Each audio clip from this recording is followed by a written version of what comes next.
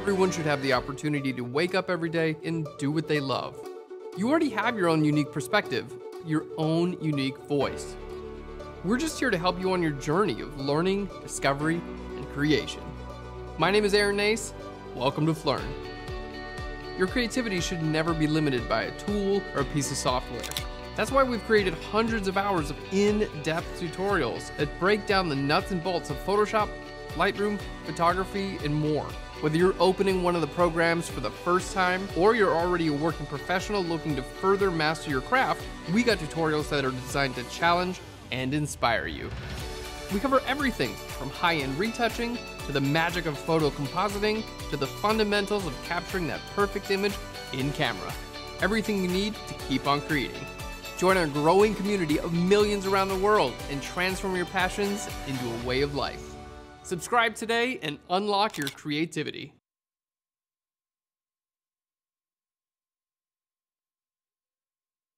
To PHLEARN Live, my name is Nace. I am the founder of PHLEARN, and joining me in the studio, I'm Corey DeWald. I'm a local photographer here, freelancer, professional. You are a professional. Trying. Corey is a 100% full-time working photographer and a good friend of mine, and he's gonna be helping out, answering some questions and making sure that you are the star of the evening with your Photoshop questions. So if you have a question for us, Corey, how do they submit their questions? I believe it's PHLEARN.com/live. That's right, PHLEARN.com/live. You can submit your question on PHLEARN.com, and the coolest part about this, you can submit your images, and if you have a raw image, please submit your raw image. That's gonna help me work on the highest quality images. So submit your questions and the raw images there. And if they want to join the chat? The chat, yes, the chat. Go to PHLEARN.com/live. At the very top of the page, you're going to see a link that says something like join the chat. And that's how you join the chat. So we've got Mike over here is going to be hanging out with you guys and doing everything in the chat. So if you guys want to talk to Mike, he's right over here. He's off screen. He is over there. He's a real person. We swear he's there. He's a real human person. Anyway, you can chat with each other as well as Mike on the chat, and we're seeing it. We're seeing what's coming up here on our computers as well. So this whole thing is to be a good conversation, and it's a celebration. 1 year. It's a 1-year anniversary of our PHLEARN Pro subscription, and to celebrate, we're doing this live broadcast. So I believe that's all of the housekeeping stuff. All right, let's get to it. Let's give the people what they want. Exactly. Let's get into some Photoshop. Should we take the first question? Let's do it. All right, so we have Dennis from Berlin, and he asks, he shot an editorial style photo, and he's wondering how he can enhance the clothing to shine more and how to overall enhance the color of the picture to get a clean, magazine-ready look. Okay. And that's gonna be image number 2. Image number 2, and this is Dennis from Berlin. All right, let's go ahead and open up our image and see if we're good to go. It is a cool shot. Angela, is the broadcast working? You can see my screen? Yes. Okay. What's that? No Photoshop. No Photoshop though. All right, let me just make sure.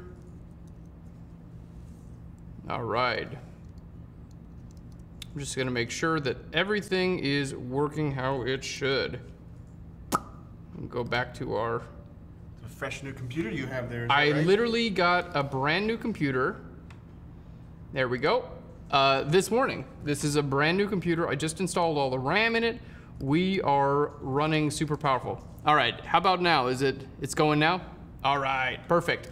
So if you guys have been watching all week, you know that I've been kind of struggling with my computer. I've kind of like been letting it there's just seeing how long I could live with this computer, like kind of messing up every now and then. And during this live broadcast, I was like, all right, I need a new one. So this is it's a brand new iMac, and I just ordered separate RAM, and I just put in 64 gigs of RAM. So hopefully it does everything we need. It's got that new computer smell, I'm sure. Okay, now the question is about enhancing clothing and giving it a little bit more shine. Now, as far as the shine is concerned on clothing, basically we're gonna be enhancing the difference between light and dark. So I want to take some of those light areas that exist in this photo, make them a little bit lighter, and take some of the dark areas and make those a little bit darker. Now, the method I'm going to use for this is actually using a high pass filter. And this is a very similar technique that you would use to actually sharpen a photo.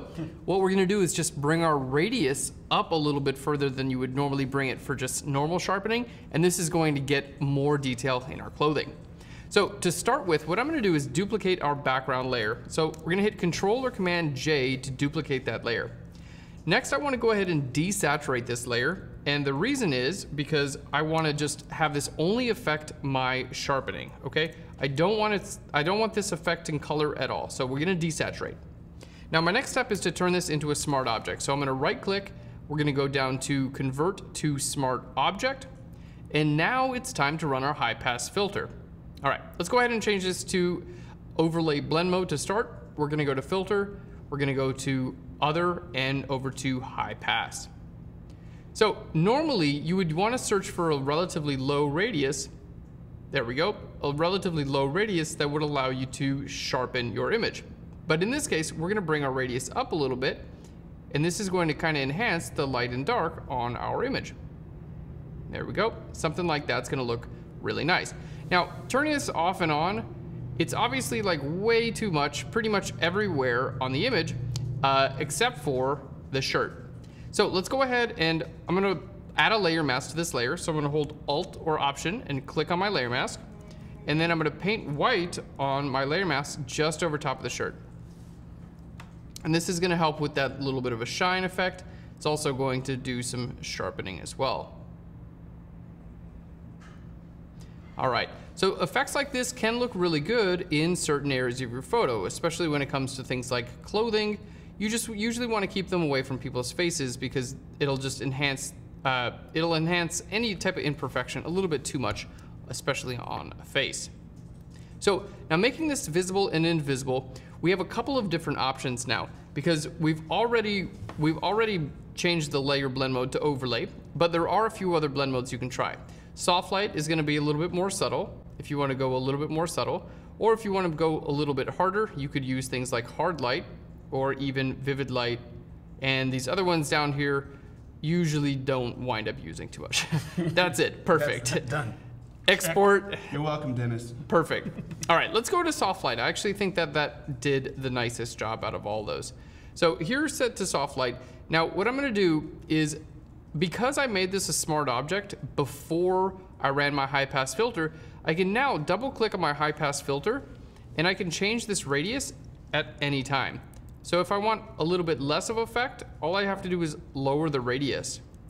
So I'm gonna hold Shift and click the down arrow on my computer, and you're gonna see this is gonna lower the radius. Or if I increase my radius, we're also gonna increase our effect. So basically, you really wanna make this a smart object first, because that just allows you to really dial it in and get it to the perfect setting for that image.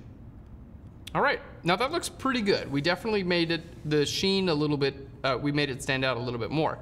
Now I wanna take that one step further. I'm gonna make a new layer, and I'm gonna paint with white on my new layer. And we're just gonna paint with white right over top of the shirt again. And this we're gonna use to kind of enhance the highlights of the shirt again, because, was it Dennis? Correct. Dennis said that he wanted to kind of enhance the sheen of the shirt, just make it a little bit more shiny looking. Yeah, he did also mention enhancing the overall color of the photo. Oh, overall color of the photo so itself. If there's any other coloring, sure thing. Okay, so I just painted white right over top of the shirt. Now what I'm gonna do is I want to restrict this to the highlights. So I'm gonna be using luminance blending, also known as blend if, to just have this be visible on the highlights. So let's double click right here on this layer. I'm gonna hold Alt or Option and click and drag from the left to the right. Right here where it says blend if, hold Alt or Option and click and drag from the left to the right. And here you can just really dial it in and only have it be visible just over the highlights if you want. And then you can change your blending mode again to something like overlay. And let's go ahead and hit OK. So here we can see we're enhancing the highlights of the shirt even more. If you paint over top of your subject or whatever, not a big deal, just erase that away or mask it out. All right, so let's go ahead and take a look at what we did with our shirt. just make that before and after. It's pretty shiny. Pretty shiny. Pretty shiny. Maybe I'll just erase over the sleeve. And you know what? I'm just gonna lower the opacity just a little bit of this entire group, and that's just gonna help it kind of blend in, look a little bit more realistic. Now, while I'm doing that sort of thing, by the way, you could also have this be visible on the pants because I already built in this high pass filter. So if I wanted my pants to have the same effect, I would just paint white on my layer mask over the pants. But in this case, I think it's better to leave the pants kind of as they are. All right. Well, I think we're looking really, really great.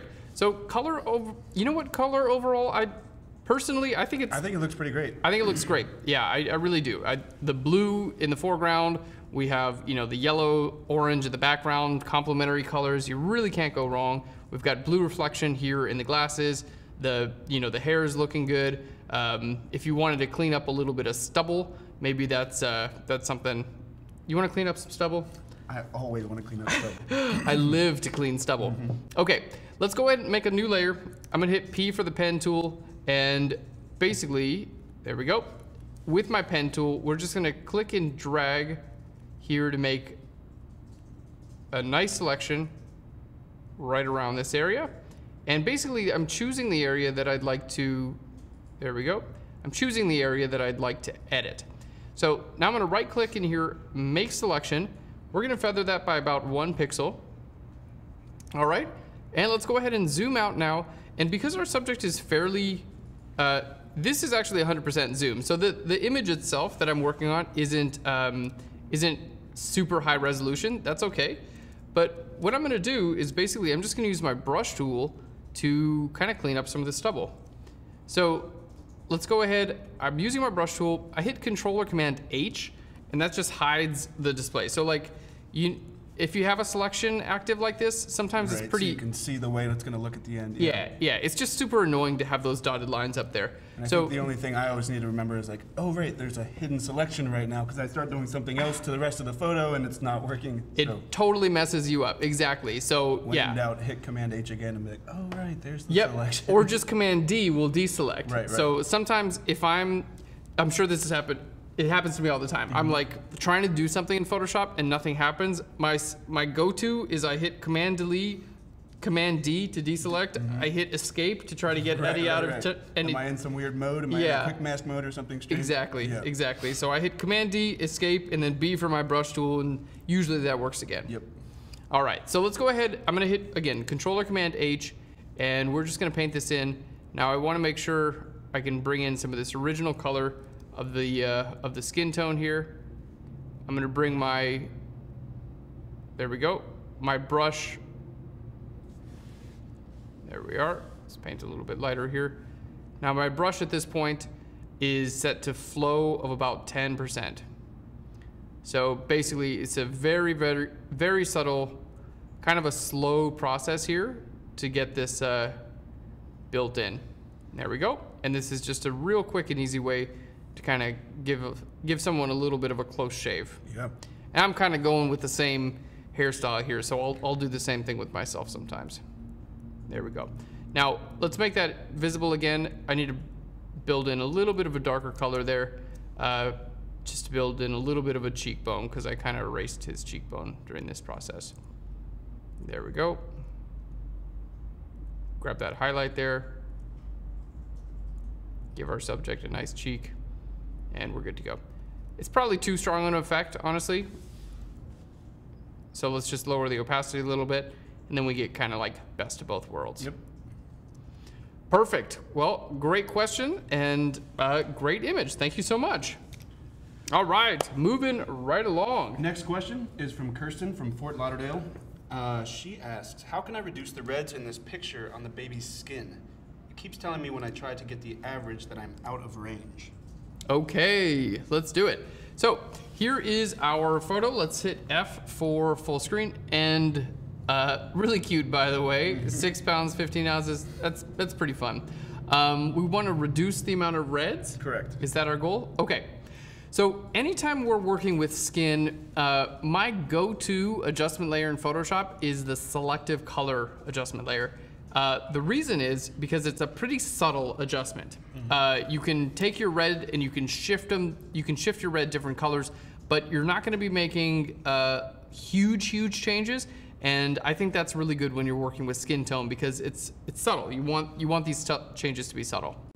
So let's go ahead and grab our adjustment layer. I'm going to go to a selective color. Okay, we're going to choose reds. And now what I'm seeing is a little bit of magenta here. Okay, so I'm going to take, we have a magenta slider and I can just shift that to the left and it's going to reduce the amount of magenta in my image. Okay, so there may even be some reflecting off of, surrounded by magenta as well. Yeah, definitely. So this is now, it's visible everywhere. So I'm going to hit Control or Command I to invert that layer mask. And then let's go ahead and paint white on our layer mask here, just over top of the subject. There we go. Yeah, and good observation, Corey. That's totally a thing. If you photograph someone surrounded by magenta, their skin is going to look magenta as well. This baby looks awesome. He looks like he or she looks like they're already like a grandparent. Right. Like very wise. Very wise. Like they've been around and seen some things, and I should listen. I've got some questions for this baby. Yeah, I should listen to anything they say. Yeah. I love babies. They're so cool. Okay, so we've lowered the amount of magenta, and you can see I'm working now with just this area of the photo because we've used our layer mask to get that in there. Now I'm gonna just take the cyan level and bring that down just a little bit as well. You can see too much cyan, the skin starts to look a little bit edging into green or gray. Yeah, so we're gonna pull the cyan levels down just a little bit there, and then I'm gonna pull up the yellow just a tiny bit as well. All right, so basically taking the magenta color that was there and kind of giving it a shift. Now, the other nice thing you can do here is you can work on your black levels, so you can make skin a little bit darker or a little bit lighter. And I find, you know, just a little bit lighter will help out with, it'll help out with any shadows that are too dark. So I think already we're looking really good there. All right, I guess the only other thing that I might do is, it seems like the chest is a little bit brighter than, you know. The forehead seems to be darker for some reason. The forehead seems to be a little bit darker. So I'm gonna grab an adjustment layer and just pop this into black and white. And the reason I'm putting it in black and white is this helps me look at the light levels of a photo. Whenever I'm kind of like, whenever you look at a photo and it's kind of like, okay, something needs to change, but I don't know exactly what it is. Yeah. I always put it in black and white at that point, because a lot of the time it's your light levels, but you think it's the color. So in this case, I put it in black and white and I'm like, okay, let's just lighten up this area a little bit and see if that kind of resolves the issue. So let's grab an adjustment layer. We're gonna go to curves and I'm gonna pull, kind of coming from the shadows here, we're gonna pull this up a little bit. There we go. Now I'm gonna invert my layer mask and then just paint white on my layer mask. Again, using a low flow with my brush so I can kind of get this, I want this to be subtle, you know, I want it to be a subtle, slow buildup of effect so I can have it only be visible where I want it to be visible. Again, kind of focusing on the shadow areas. All right, there we go. So we can just turn that off or on. Looks better to me. We're getting there. Thank you. Yes. All right. There we go.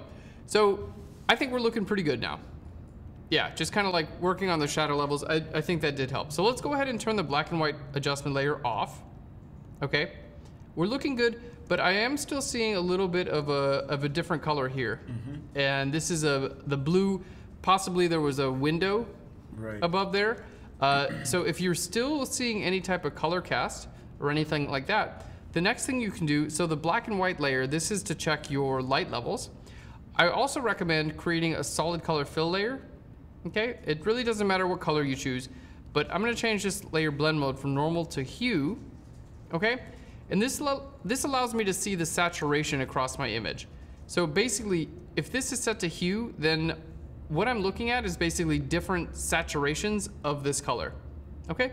So you can see in this case, this area is really saturated. All these little areas like right there, You know, the reflection in our subject's hair is also really saturated, but the color here from this side of the forehead, remember we were having just a little bit of a color shift. So that tells me that it's not changing in saturation too much. It's only changing in hue. So what I can do is I can grab the hue from my subject's skin, another part of it, change my blend mode of the layer to hue, and then paint over that area, and it should fix it. Because I don't have an issue with lightness because it looks good in black and white. I don't have an issue with hue I don't have an issue with saturation rather, because when it's set to hue, it all looks the same. So now what we want to focus on is the hue. So let's just make a new layer. We want to get the hue, you know, of this area to be more like this hue. So I'm going to use my brush tool and paint right over here, just over top of the forehead, just regular old brush tool, nothing fancy here. And we're going to change our blend mode from normal down to hue. Okay? And set to hue, basically what it's going to do is it's going to just automatically shift. So let's make that visible and invisible. Let's zoom in here. So here we go, visible and invisible. So you can see we're taking that the color from the original, like that little bit of a bluish color. There we go. And we're simply reducing it. Now I'm going to take this color from right over here and paint this hue in. There we go. Perfect. So basically we're just reducing that color. I think we're looking pretty good. I agree. Let's go ahead and group all those layers together and turn this off or on. So here in the beforehand, you can see we just have a little bit of a dark area here, as well as like a kind of bluish purple and an overall magenta tone in the skin. And here in the after, I think we're looking quite a bit more balanced. Also, we do have a little bit of a hue shift here. So if you want to, on the same hue layer, you can grab the hue from this area of skin and then just paint it right over top of the toe. And look at that. Solved. There we go. I'm wondering, Kirsten had asked, keeps telling me when I try to get the average that I'm out of range. It seems like an error message she was getting. Yeah, okay, so I think the question was about getting the average color. Let me see if I can replicate that error. So if I go to filter, blur, and average. Okay, so this says that the selected area is empty, so let me just go to apply image. I haven't seen that error myself, the out of range error. Filter, blur, average. Yeah, see that it just did it. Yeah, I don't know how to replicate that error, unfortunately. Maybe if you could be a little bit more, maybe in the chat, if you could tell us a little bit more about what you did to make that, well, if you can replicate it, maybe let us know how, because I'm unable to replicate that error. But anyway, I think we've done it. If you want to help out skin tone, then I think we did a good job. Absolutely. Cool. Sort of applying to similar things you just did was Gabrielle from Rio de Janeiro asked, what's the difference between hue and color layer blend modes? Oh, the difference between hue and color. Good question. So color is basically made up of three components. You have your hue, which is the difference between like red and green and blue. You have your saturation, which is how much of that color you have. And then you have your lightness, that's how light or how dark it is. So all colors are basically made up of those components. Now, switching your layer to a hue blend mode will only change the hue. So red, green, blue, it's only gonna change that. Switching it to color will change the hue as well as your saturation. So a lot of the time people will use color blend modes, and that is okay, but because a color blend mode will also change your saturation, I find a lot of the times that especially shadow levels will become too saturated then. Right. So what you want to choose is your hue blending mode so it won't affect your saturation at all. Just a little, the way that light and color works is that color is the most saturated in your midtones and it's less saturated in your shadows and less saturated in highlights as well. So if you find that you're trying to change the color of an object and the shadows or the highlights look weird, chances are they're too saturated. So hue is a good blend mode for that. Very cool. Good question. On to the next, we have Christian from Switzerland, and he asked, my friend and I like to do fun photo shoots, but as you can see, image number 16, we're not pros at makeup.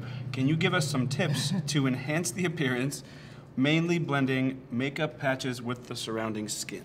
I think you're a great makeup artist. This is cool. Let's go ahead and open this up and have some fun in Photoshop.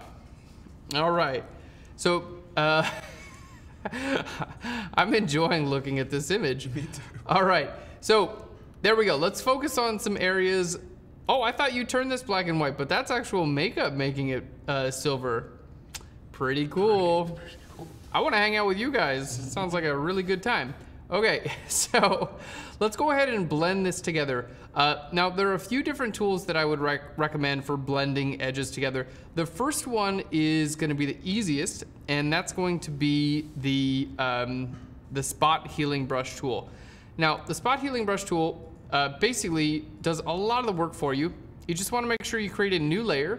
You want to make sure that your type of layer is set to content aware, and you want to make sure that you're on sample all layers. And basically, you just paint over the area that you want to remove. And it's such a good tool because it uses content aware to actually try to find similar areas around your photo and just kind of blend them together.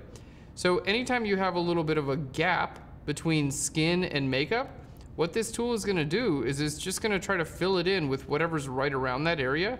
And in this case, that's exactly what you want, right? Because you want to reduce that gap with just other detail. You know, it kind of doesn't matter what that detail is. You just want that gap to go away. So like there's a bit of a shadow there. You can see this tool just kind of like takes care of that shadow area.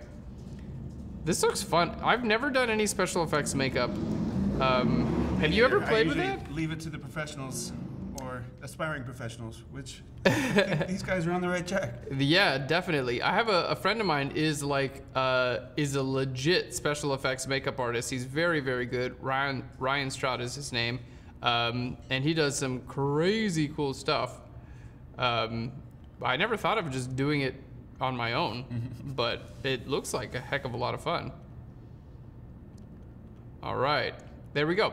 So, you know, it looks like the spot healing brush tool is pretty much gonna be, it looks like it's pretty much gonna do the job, you know, the job that we needed to do. Now, if there's anything else that you need to kind of fill in, like if this spot healing brush tool doesn't do what you needed to do, then I would suggest going with the clone stamp tool.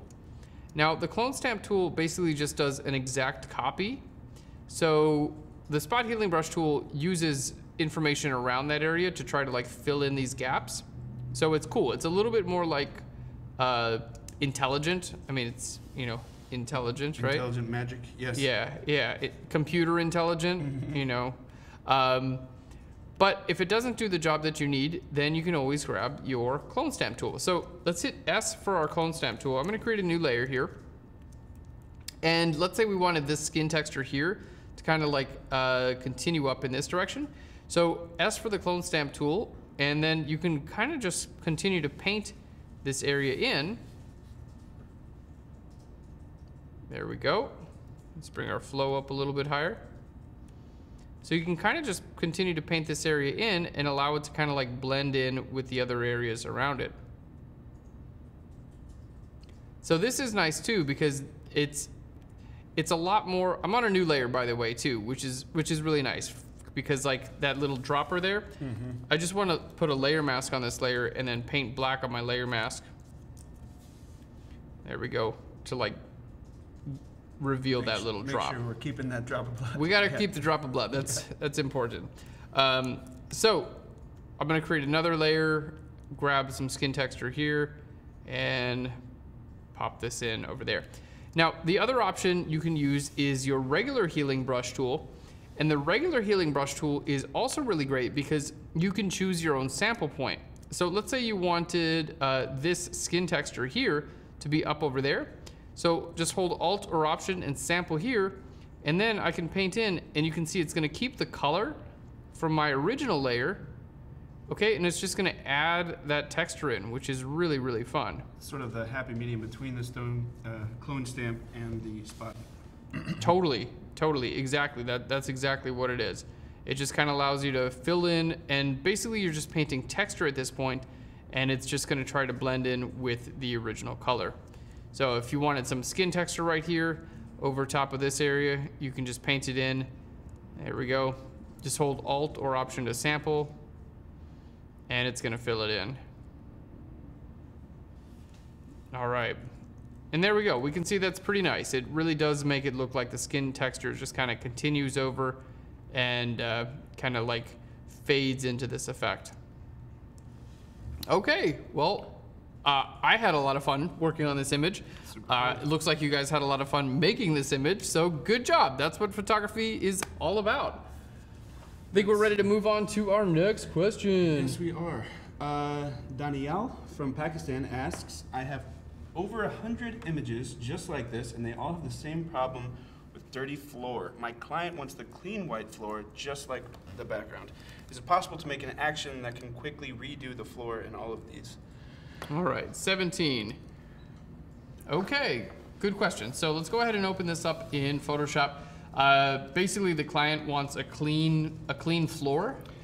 Yeah, I'm not sure if maybe they're suggesting as if it's a white seamless. Okay, got it. Or let's see, the dirty floor. Yeah.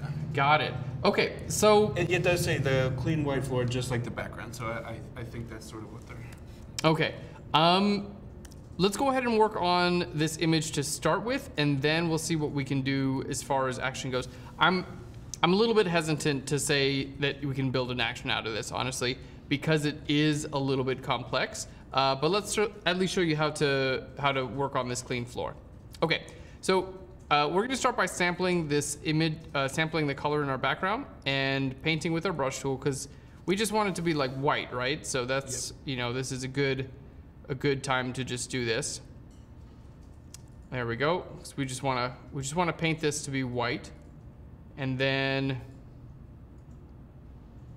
I'm just going to overpaint a little bit, and then we can come back and layer mask. Yeah, actions can be tough because it needs to be a recipe that applies to all images, and this certainly requires you to get in and be a little bit more detailed. Exactly. Yeah. So it's the level of detail required in this photo that that would make it pretty tough to make it an action. All right. In this case, if it is a client of yours, I don't know.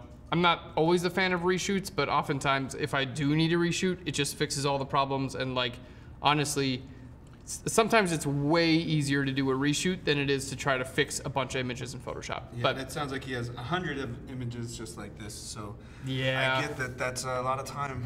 Yeah, that would be quite a bit of time. My suggestion, and I hate to say it, is probably a reshoot. But let's see what we can do in Photoshop, because I'm not saying we can't fix this. What I am saying is it may wind up taking you more time to do this in Photoshop than it would be to do a reshoot. But I understand that that's also not always an option. You know, sometimes like someone flew in from out of town, or you don't have the wardrobe anymore, or whatever it is. Yeah, because basically with this much detail that we need to kind of recreate in this image, we basically just need to kind of like make the detail ourselves. Pixel by pixel, yeah. Yeah. So definitely possible. Everything's possible. I always, whenever my clients ask me to do something, that might be difficult or time consuming in Photoshop, I'll say, it's always possible. We can definitely do it. How soon do you need it? How soon do you need it? Yeah. What's your budget? Yeah, what's your budget and how soon do you need it? So basically I'm just recreating these shadows, and I gotta say that even just recreating shadows in Photoshop is not easy, and it tends to look pretty fake. It's just really hard. Mm-hmm. But we can most definitely do it. So let's get this image looking exactly how we want it. All right. Yeah, even in future things, even just having a couple pieces of white poster board, and you've already saved a couple of, or several strokes as far as tidying it up later. Definitely, definitely. And I totally get it. I mean, I've done photo shoots before where the client says, oh yeah, we're just gonna use waist up. And then you just like put them on whatever floor, it doesn't matter. Right. And then later they're like, oh, we need the whole image. And you're like, please, you should have told me that, you know? So sometimes it's like not even at all like the photographer, like, you know what I mean? A lot of the time it's like the client that just like throws a curveball, something unexpected. So all those couple layers that I've been painting on there, I'm just gonna throw them both in a group, and then I'm gonna put a layer mask on this group. And what this is gonna allow me to do is just kind of paint this back invisible over top of my subject. There we go.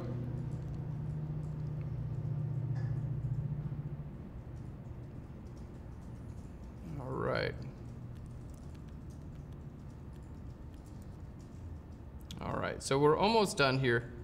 You can see we're able to paint this back over top of my subject. And again, it is a tough thing, so I hope this helped out. You can most definitely just recreate this, you know, with a brush tool.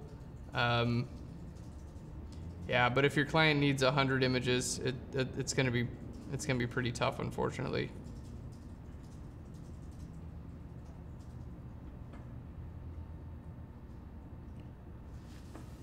There we go.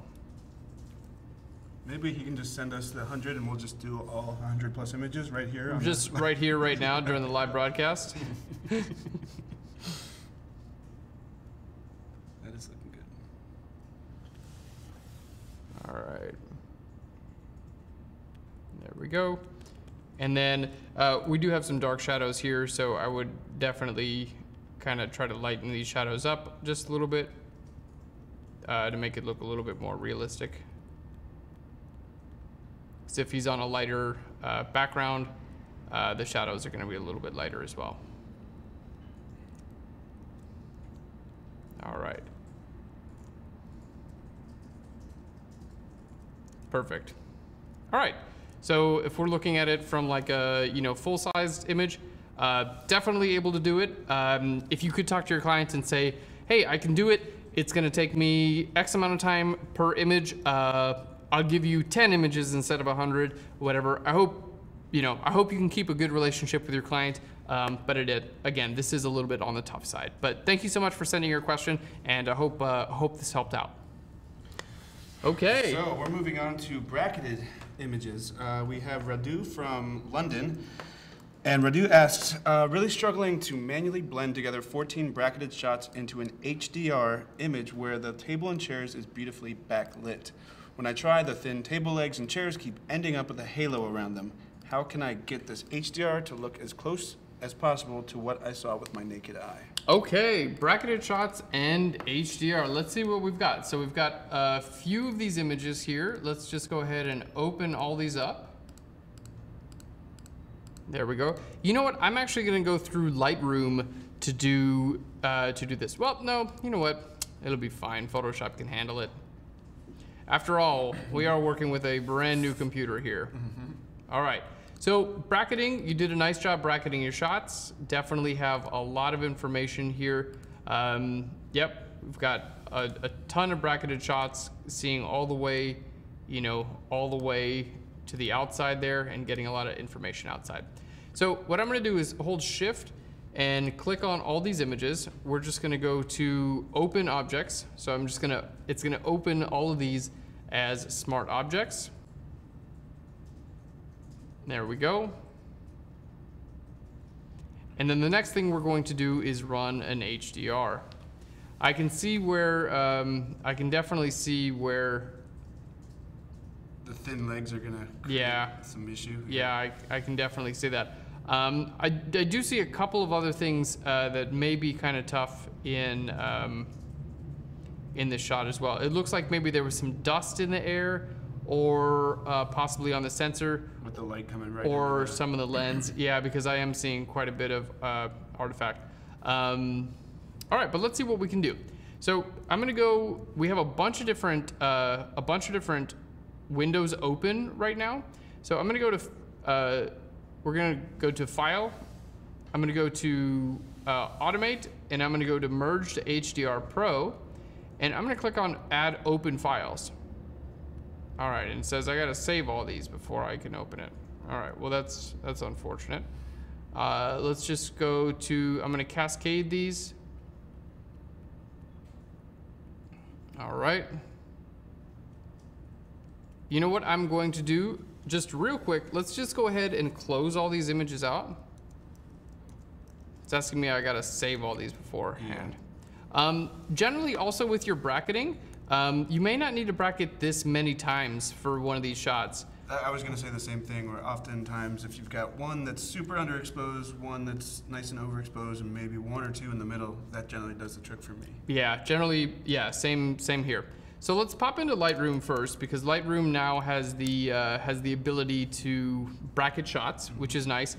And I'm only going to choose a few shots to bracket. So let's go ahead and click on, we're gonna start by importing some photos here. All right. There we go. Let's go to our Finder window here.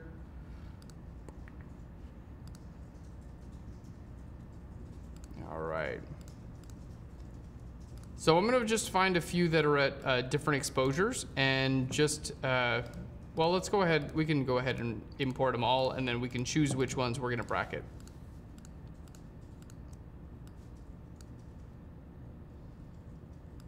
There we go. Let's go ahead and import these. Perfect.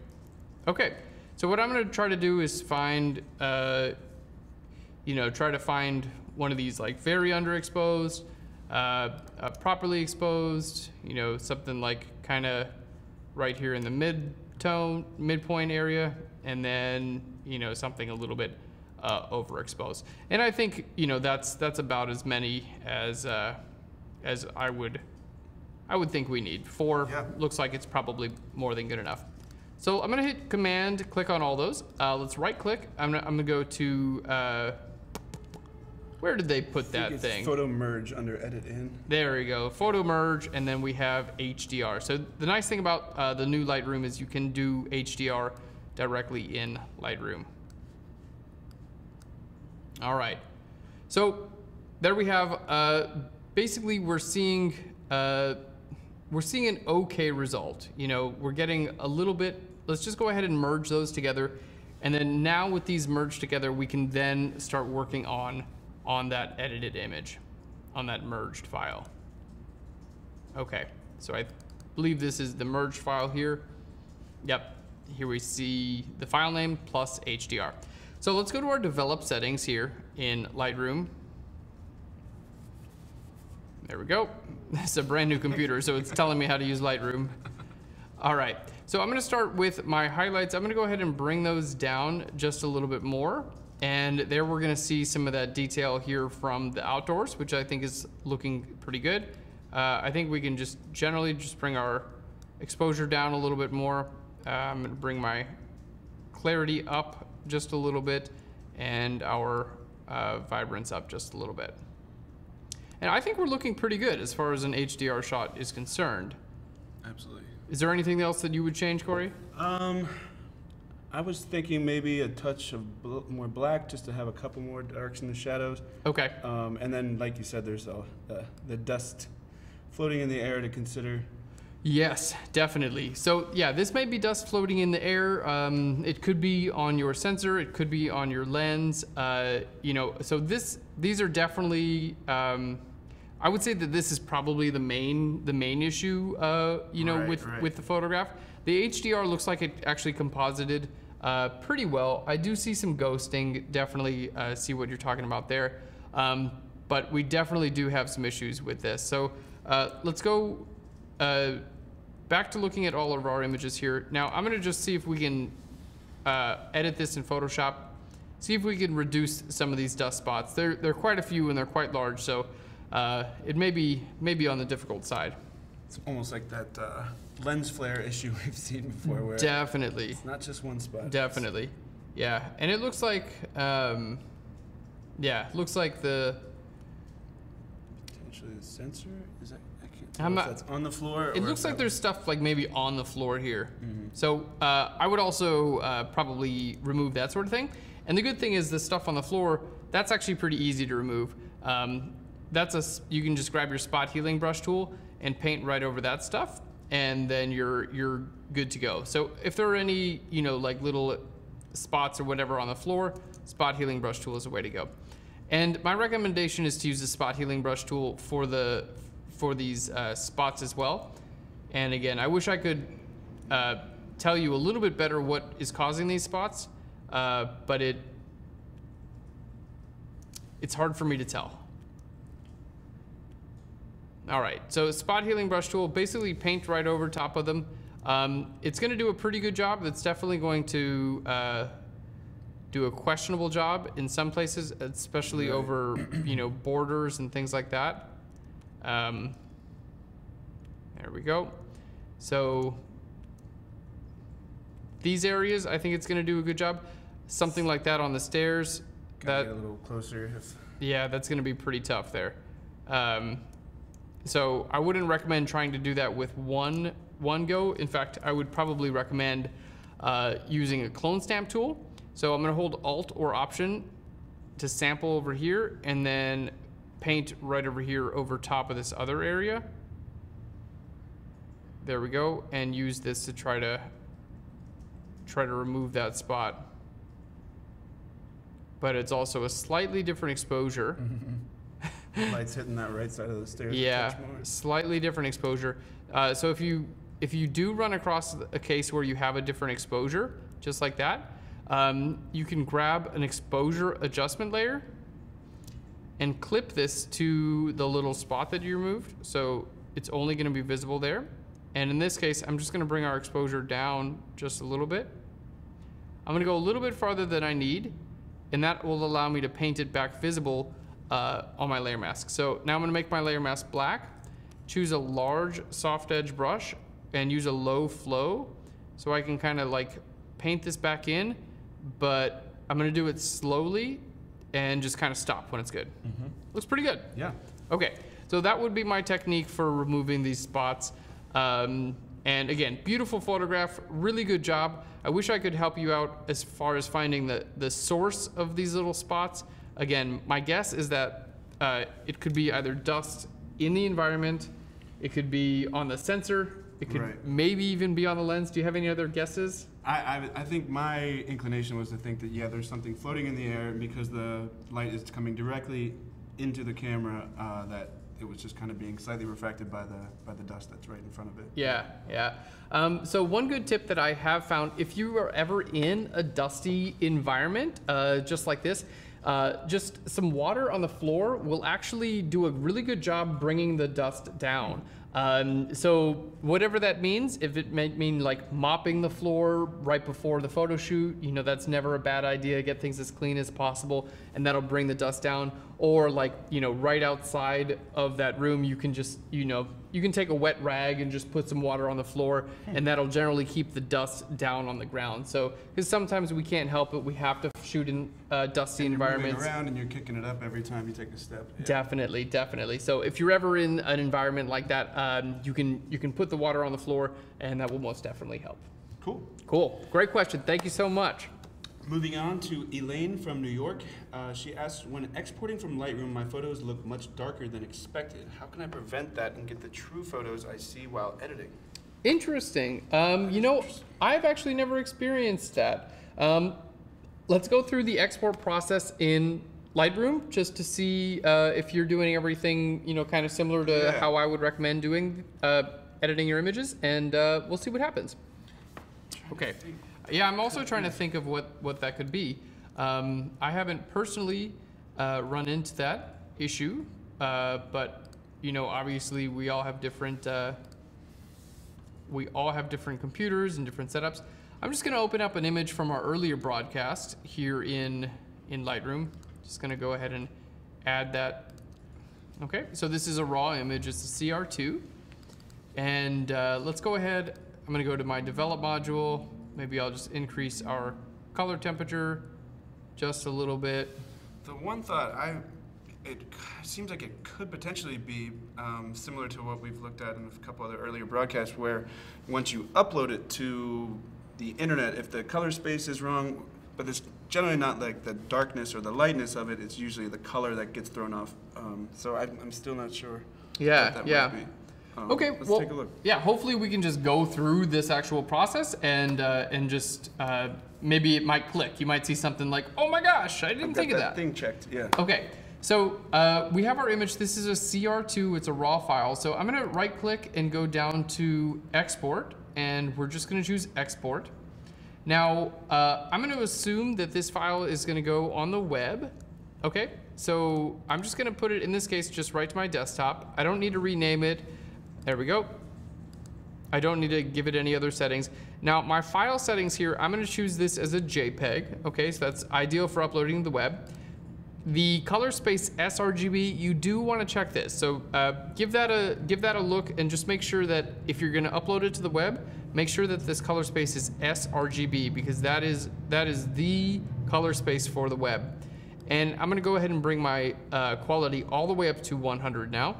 And you know what, everything else looks pretty good. I would just go totally standard with that. So let's hit export here.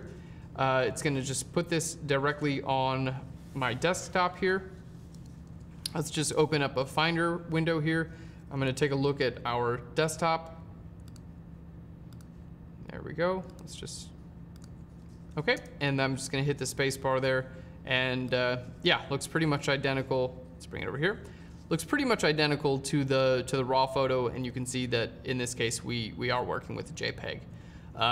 So that would be my process for exporting in Lightroom. Hopefully there was something along there that made a light bulb you know, turn on for you, hopefully help out. The color space is kind of the only thing I can think of. I'm the same, yeah. Also, you know what, sometimes Lightroom and Photoshop just do like weird things. Right. Sometimes they just do things that I can't even understand, and like oftentimes I've just had to uninstall Photoshop and totally reinstall it again. So as weird as it sounds, that can be a fix. Or resetting to default settings and make sure there hasn't been something that's been tweaked over the years that is now affecting that. Yeah. Exactly. Or actually, you know what? I just had another idea. Depending on how you are exporting this out, I'm trying to think, maybe you have an export preset that's automatically selected that's lowering. I was wondering something similar. Yeah, I thought okay. maybe that was only like apply this preset during import. I wasn't sure if there's. Yeah, that's, so you may have an export preset that you've added. Yeah, you know, but you know, I don't know if you can darken during export. Right. You can do that during import. Right. Okay. I thought I might have had your answer there. Right, but because the user presets, that's more for, I want 900 pixels on the long edge, or et cetera. Exactly. It's not so much develop setting. Yeah, that you can do that when you import, but yeah, I don't think you can when you export. Okay, never mind. Thought I had solved your issue. Let us know. Yeah, please let us know. Reinstall Lightroom. Okay, moving on. Also from New York, Brian asks, when I retouch, I always dodge and burn, but over the past couple of years, I see there are different methods that you've created actions for. Has there been a progression in retouching methods you prefer over time, or do you choose each method based on the individual photo? Great question.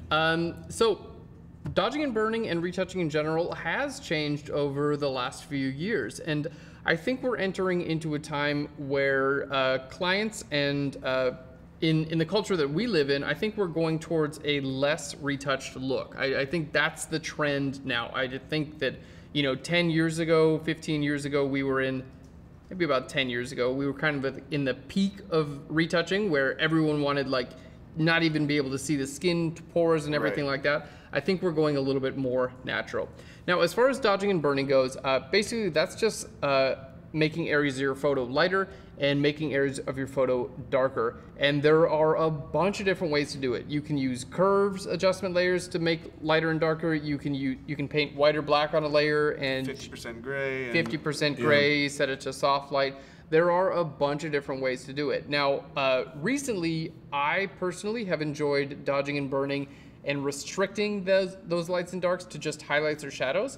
And I will use luminosity blending, also known as blend if. You guys have heard me talk about blend if a bunch. I will do that, or I will use apply image on my layer mask to dodge and burn as well. But I would say as a whole, if you can get a result that looks natural and get a result that looks looks good, looks to, it fits your style and it fits what you like, then it kind of doesn't really matter what method you get there. As long as you're working non-destructively, that's important. So you want to be able to make changes at any time. But if you're painting with soft light, if you're doing a curves adjustment layer, apply image, blend if, like whatever you're using, as long as you can get the result that you're trying to get, it kind of doesn't matter what method you use. So I would say personally, I've just used a bunch of different methods for, sometimes like curves and levels, for instance, are really similar. And sometimes I find myself using just curves for like 6 months. And then I'll be like, oh, now I'm gonna use levels. And then I just use levels for 6 months. But there's no other reason than it's just like, I just happen to be using one or the other. But you can get the same thing done in many different ways. I feel like for me, I often, for whatever reason it might be, if it's a landscape image or a street or cityscape, a lot of times I do just 50% layer above and then paint black and white. Maybe because it doesn't feel like I need to be as detailed and specific. And then if I'm doing a portrait or headshot, for whatever reason, I've also often leaned towards creating 2 curves layers and masking those and painting that in that way. But again, as long as you get the result that you're after, Yeah. kind of does the trick. And yeah, exactly. And I think the avoiding the dodge and burn tool and staying non-destructive is very important. I should probably make a pro tutorial on dodging and burning. Hey, can you guys let us know in the comments if you want me to make a pro tutorial on dodging and burning?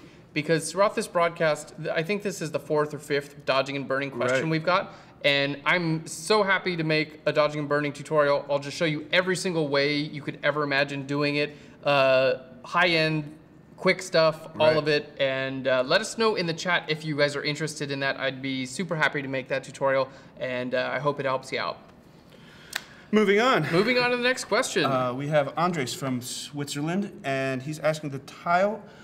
Let's see. The tile oven has 2 reddish areas, which are probably a reflection. How do I get rid of this reddish color tone without affecting the rest of the picture?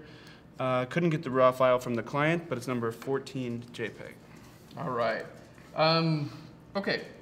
Read me that just one more time. What's going on here? So I believe that's a tile oven. It's cool. It's very cool. Wow. The 2 reddish areas are most likely a reflection.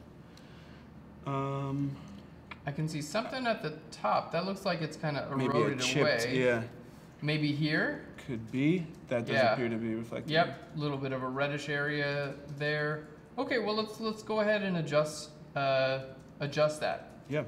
Okay, so you are super in luck because basically the majority of this oven here is this blue hue. Okay, so anytime you're dealing with a color shift like this, whether it be reflection or some type of damage or whatever it is, basically all you need to do is get a new layer and then choose the hue that you want it to be. Okay, so again, the hue is like red, green, blue, that's hue, and then saturation is how much of that color there is, and then lightness and dark is just like, is it closer to white or closer to black? So in this case, the issue here is that it's a little bit red. So we just need to shift it to the hue that we want. So on a new layer, I'm gonna grab my brush tool and I'm gonna sample the hue that we want. So with the brush tool, hold Alt or Option and sample this color here. Okay, and then I'm gonna paint right over top of this area and change my layer blend mode from normal to hue. There we go. And it's just gonna simply shift this to that hue. So it's gonna say, like literally everywhere I paint now is just gonna be this hue. There we go. And you can kind of redo it. Like in this case, there we go. I painted over a little bit too much, so I'm just gonna grab that color and then paint it in over here, and it's going to be exactly that hue now. So just a real quick, easy way of completely eliminating or changing a color cast. So let's just show you, here's the before and the after, just kind of like quickly changing that hue. And even at the top here, I think this may be, It looks like damage to me. Yeah, it looks like maybe the gloss has been chipped away over the years. Yeah, something like that. So there would be, a couple of ways that I would say, if you really did just want to change this to more of a blue color, that's okay. Easy to do, just on the same layer, with a hue. But I guess there is the option to also repair the chip if you wanted to. Definitely. If you wanted to do that, I would create a new layer and use a clone stamp tool. So let's clone stamp. I'm just gonna sample right here because it's pretty similar. There we go. And start by painting right in here and then just kind of paint in to kind of cover that area up. And again, what the clone stamp does, it just creates an exact copy. So literally I'm just copying exactly from one area to another. And this would be more of like a repair. Again, I don't know the purpose of this photo. If it's for resale, obviously you wouldn't want to do that. It's perfect. It happened in shipping. It's your fault. I don't know. But as far as just color correction goes, that's a good way to do that. This oven is incredible. I've never seen anything like this. Hard for me to imagine where you put it in the thing that you're going to bake. In your royal house, of course. Cool. I hope this answered your question, and thanks so much for submitting your image. Moving on, we have Kotzi from Toronto asking, when doing portraiture and fashion photography, what is the lowest shutter speed you'll use if you're using a very high megapixel camera and want to make sure it's as sharp as possible? Okay, portrait and fashion photography, what's the lowest shutter speed you'll use? This is a really good question. Okay, so we got a couple of options here. One is shooting in natural light, okay, and that requires a faster shutter speed. The second option is using with studio strobes, and that's going to require a lower shutter speed. So depending on the camera that you use, if you're using strobes, all cameras have what's known as a sync speed. Right. For Canon, it's like 1/200 for the most part. 250 is often the 250 for Nikon. And that's when you start to see the curtains if you go faster than that. Exactly. You'll start to see the curtains. Now, however, electronic shutters work a little bit different, and leaf shutters work a little bit different as well. So if you're shooting with like a phase 1 camera, you actually have a much higher sync speed, which is one of the benefits of having a camera with a leaf shutter. My Fuji has an electronic shutter that also allows me to shoot at higher sync speed. So make sure to check your camera. But basically, the whole deal with sync speeds in light is that if you're using a studio flash, then the duration of the flash essentially becomes your shutter speed. Okay? So you can actually shoot as long as there's no other light that touches your subject. Okay? If the only light that touches your subject is from a flash, then you could actually shoot at like a 10-minute shutter speed and it would be perfectly still, right, because the flash duration of the flash would freeze that motion. Right. Okay? That's the only information that's hitting the sensor, and so that's frozen. Yeah. Exactly, exactly. Now that's saying that there literally is no other light that's hitting your subject other than the flash. Okay, now let's say you're shooting in natural light. The lowest shutter speed that I would recommend, 1,000th of a second would be the slowest. I would say if you want your subject to be tack sharp, I would say try to get faster than 1,000th of a second. Right. What would you say? I think I know that I've, based on certain conditions and needing to fit something in the conditions that were provided to me, I think I have gone slower. And I think there's also, I don't know what the formula is off the top of my head, but I think a lot of times there's the thought of how long is the lens, which also affects just how stable you're most likely able to hold the camera. So yeah, if you're shooting at a 50, I think it's maybe safer to maybe go as slow as maybe 250. But that's how stable is your hand, how much light is the natural light providing. And it depends what these are going for too. Like if it's for if it's for a general portrait shot, like an editorial style, that's kind of a different standard than if this is a product photo that's going to be blown up really large, or like a very detailed shot that needs to be like absolutely crisp, perfect. So yeah, I would say on the editorial side, and you're shooting fairly wide, 2/50th of a second is probably on the safe end. If you are on like the high end level, especially for product photos, then you want to shoot with a faster shutter speed, or if you're shooting something still, honestly, for like product photos, a lot of the time I see people using long exposures for those, but everything is locked down and nothing is moving, and you can still get a good exposure for good still exposure with that as well. Yeah. So, yeah, kind of a lot of answers there, but I hope that kind of helps lead you in the right direction. Yeah. Now we're heading to Mississippi. Joni asks, I am struggling to get both eyes in sharp focus while maintaining a creamy blurred background when photographing portraits. How can I keep the depth of field shallow while getting both eyes in focus? That's a tough one. It's a tough one. Okay, so a couple of things. When I first got my 50mm 1.4, never left 1.4. It never left 1.4. I was shooting at 1.4 all the time. But here's the deal. We'll just use a 50-1.4 in this example because it's a pretty common lens and it's not incredibly expensive. And it's like the first prime lens that I got. The difference, visually, the difference in my image between like 1.4 and 2.0 is not that much difference visually, but you do extend your depth of field. It might be the difference between the tip of the eyelash being in focus and the pupil not, and or if you're not completely straight on and you've got a little, it's just not going to happen with 1.4. Yeah. Exactly. So I guess my first suggestion would be, even if you have a 51.4, see what it looks like at 2.0 and even at 2.8. And you may be saying, well, I got the 1.4 because I want to shoot at 1.4, and that's okay. A couple things also that like a 50mm 1.4 is not its sharpest at 1.4 either. Usually you have to stop down at least 1 or 2 stops from the maximum aperture for a lens, and it depends on which lens, and it depends on which it's a zoom or a focus, whatever. But my 51.4 is actually much sharper at 4.0 than it is at 1.4. So I find myself, even though it can go 1.4, if I need that light or I really need that background to be super out of focus, then use as shallow of an aperture as possible.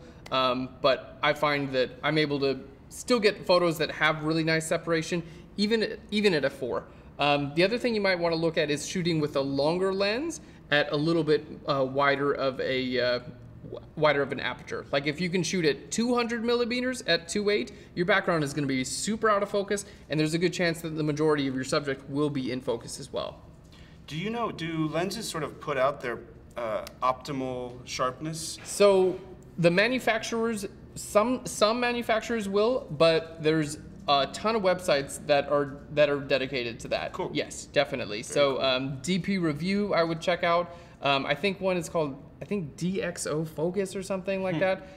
Ken Rockwell, he's had a blog since 1935. Yeah. And he puts that information on there as well. So if you have a lens and you're interested, what is the maximum sharpness? There are folks who test these things out using very advanced tests, and they know way more than I do. I would just type in your exact lens and then type in maximum sharpness in Google, and chances are you're going to be hit with a bunch of articles that tell you the maximum sharpness.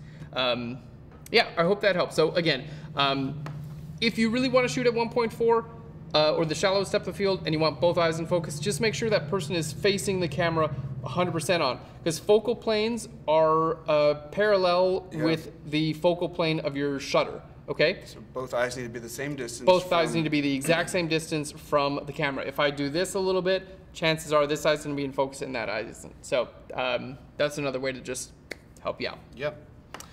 And now we're in Indiana. Lane from Indiana asks, on my Canon 70D, I have 3 RAW settings: RAW 20 meg, RAW 11 meg, and RAW 5 meg. I'm a casual photographer, family, friends, church, etc., so I'm not sure which one to use and when it's okay to use the larger or smaller one. My personal advice is always use the larger one. You can make it smaller later if you'd like, but you can't get more information after the fact. Hard drives are relatively inexpensive these days. I would also check out, by the way, Google Drive. We all know about Google Drive, right? Google just came out with this thing called Google Transfer and Sync, which will basically, it's awesome, by the way, it's incredible. It will take all the photos, you can upload an entire hard drive to Google, like to the cloud, and we use Google for Business internally, like why we use like the Google apps like Gmail, and it's free because we use Google for Business. And if you don't use Google for Business, it's really cheap. So we actually have you know, we're like a full production studio here. We back up literally every single file. So you got terabytes and terabytes up on the... Many terabytes information Wow. on Google Transfer and Sync. And again, because we use the G Suite, it's actually free for us. So storage isn't even like, I'm not even thinking about it anymore. Very cool. And then you could access without... From anywhere in the world. Yeah. Yeah, yeah. Pretty cool stuff. So I do recommend shooting with that largest file size available. It's just gonna mean, you know, like, you never know when you're gonna take a picture and it's gonna be your best friend's favorite picture of them, and they're gonna wanna blow it up, and you're gonna say, oh, you know what, I had it on my small setting, I'm sorry, I can just give it to you like this. Yeah. Yeah, go ahead and shoot on your large setting, get an extra backup drive, put things on Google Transfer and Sync, because it's very low price, maybe even free, and that's my advice. Perfect, yeah. I agree. I actually shoot with a Nikon D800, which is 36, I believe, megapixels. So I think a 64 gig card fills up in about 700 or 800 images, which means I've got a large stack of hard drives, but it's really good to know that you can actually put terabytes up there. Yeah, man, we have over 9 terabytes uploaded. And Super cool. the app runs in the background also, so you just click what folder you want and just go to bed. Just don't even do anything else. It'll take a while to upload terabytes, of course, right. But yeah. Awesome. Let's move up to Canada. We have Abdel from Montreal asking if there is a technique to photograph products and have quality images without using macro lenses.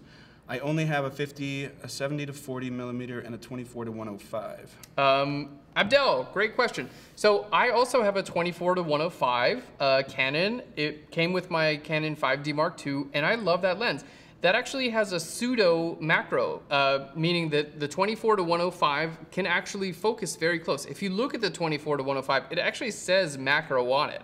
It's not a true macro, but it will focus much closer than a traditional lens. So that is going to be a great option for you. Now, I also have had, of course, it depends on the size of the product that you're photographing, but I've photographed products, you know, even at 70 millimeters, and that's that's totally standard as well. What's your opinion on the matter? I basically never shoot macro, so I don't. I guess I can't say that I have much info to offer on that. But I will say that, yeah, even using 70 to 200, you might have to stand further back and shoot. But it has done the trick for me in that way. Cool. Yeah, I think a big part is it depends on the size of the object that you're photographing. But even something like this small, I would most definitely photograph this with a 24 to 105 would be totally okay. You know, if you're photographing, a tiny little miniature piece of art, then you kind of need a macro. But anything like this size or larger, I would say you're totally fine with a standard lens. Yeah. Cool. Let's slide down to North Carolina. Rodrigo is asking, when shooting outdoors in grassy areas, many times get a heavy yellow or green tone mix on skin. Even though I color balance on camera to the appropriate conditions, I always struggle when editing the images. How do you suggest fixing the problem? What do you use as a reference for white balance? Image number 18. Okay, image number 18. I'm looking for my gray card here. Is it underneath the sticker? It's over there. Yep. Okay. There it is. Got it. I can't walk. I'm stuck to my chair, apparently. There it is. Okay, here it is. All right. So as far as white balance is concerned, this is kind of like your best friend. This is a gray card. In this case, I don't know where I bought this from Amazon. It was like 10 bucks. DGK color tools. I don't know. It was like 10 bucks. It doesn't really matter where you get these things. Basically, a gray card is a huge, huge help when you need to make sure that your white balance is going to be right. Because basically how you use these, you take one picture with your subject holding the gray card, and then you put the gray card back in your pocket and continue on with the rest of your shoot. And then in post-production, you can actually set your white balance based on the gray card, and then you can sync the white balance with the rest of the photos super easily. What do you do? The same. And one thing I definitely have, what's funny is I feel like to match white balance, if I don't use a gray card, I really tried to take, and this sounds kind of silly, but to try to take a mental picture of the white balance in the situation that you're actually photographing in, because once you're in post, you're really just kind of having to slide it to your liking. And if you really want to get a realistic representation, you really need to. The only thing that's going to tell you what the actual setting is your actual memory in some cases. I don't even know how to do that. Yeah. I'm not experienced enough to know how to do that. Yeah, it's just sort of looking around and saying, is this a warmer feel to this room? Is this, right. Or also looking at a wall and saying, this wall is actually white for future reference. Because, for instance, if you're shooting events and then the venue is all over the place, you're not going to have a chance to throw that gray card every time. Yeah. And so I do try to remember, is this wall actually white or is it yellow? Okay, and so that's that when legit, you're using the eyedropper tool later, that's legit. helpful, yeah. Cool. I like that. Now, I do want to add to that, if you're photographing a subject, and we're going to work on your image here in just a second, but if your subject is completely surrounded by green, they're going to get some green on them. Yeah. Because that's the way that light works. I wish I had a... Hold on. Sure. Going with something... Orange, that'll do it. Yes, okay. So I'm gonna put this right next to Corey's face. So this is it's an extension cord, but I'm gonna put this right next to Corey's face, and if everything goes correctly and I'm not full of crap, you might see a little bit of orange next to Corey's face. I hope you do, because if not, this is totally just stupid. But especially in the shadow levels, you probably will see a little bit of orange on Corey's face. Are you guys seeing anything here? Or does it just look like there's a pumpkin chiming in as well? Okay, so just grabbing random stuff from the studio. But basically that's the idea. Light will bounce off an object. It will pick up some of that color and bounce onto another object. So if you're photographing your subject surrounded by green, the light is gonna hit those green objects and bounce a little bit of that green back on them again. Oh, look at this little product placement here. Okay, we got one more thing. We actually love these folks. This is called a Nace color sensor, by the way. These things are incredibly, have you ever used one of these? I have no idea what you're holding. So I'm actually friends with the people who make these, and this little thing in here, it's NIX. It's really, really cool. Basically, this little thing has a the most accurate color sensor you've ever come across, and it syncs with an app on your phone. So literally, you can just take this little thing and put it on any color.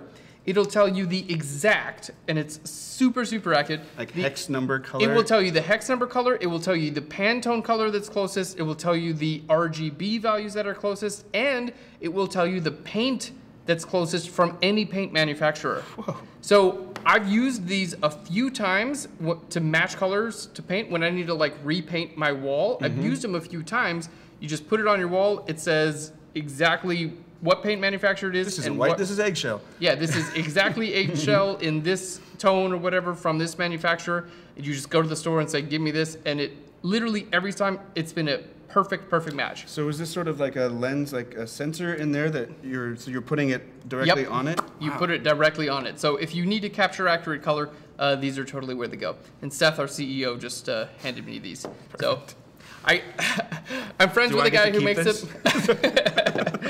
It's a little bit of funny product placement, but actually they are incredible, and you'd be surprised at how often knowing the exact color of something really comes in handy. Super cool. Okay, well let's go ahead and get into Photoshop and work on your image here. So a couple of things that I'm seeing with your photograph. First is that we have a little bit more red, a little bit more magenta here in the bottom half of our subject, and a little bit less on the top of half of our subject. Substantially, yeah. Yeah, that's probably makeup. It is also lighting. When you have more light on an area, it tends to be...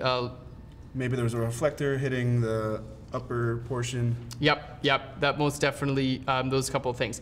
So the skin tone actually on the bottom looks pretty natural, I would say. The skin tone up at the top, that's kind of what I want to work on a little bit. So what I'm going to do is I'm going to grab my adjustment brush here. There we go, our adjustment brush, and simply paint right over top of our subject. Let's turn our mask on.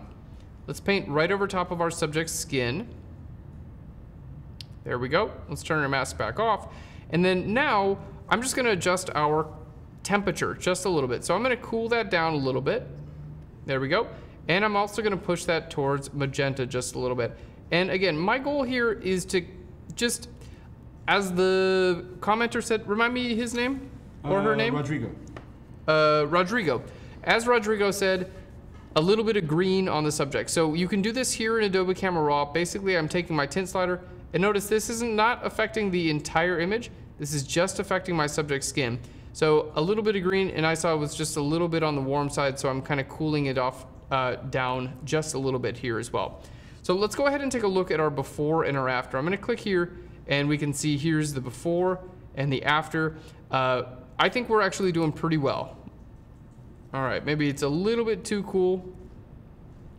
There we go. But we have done a good job reducing the greens from the top part of the image. So makeup can play a big part of that. You know, the amount of light on your subject can play a big part, and also the area surrounding your subject can play a big part of that as well. And shout out to North Carolina, because I used to live there. Love North Carolina.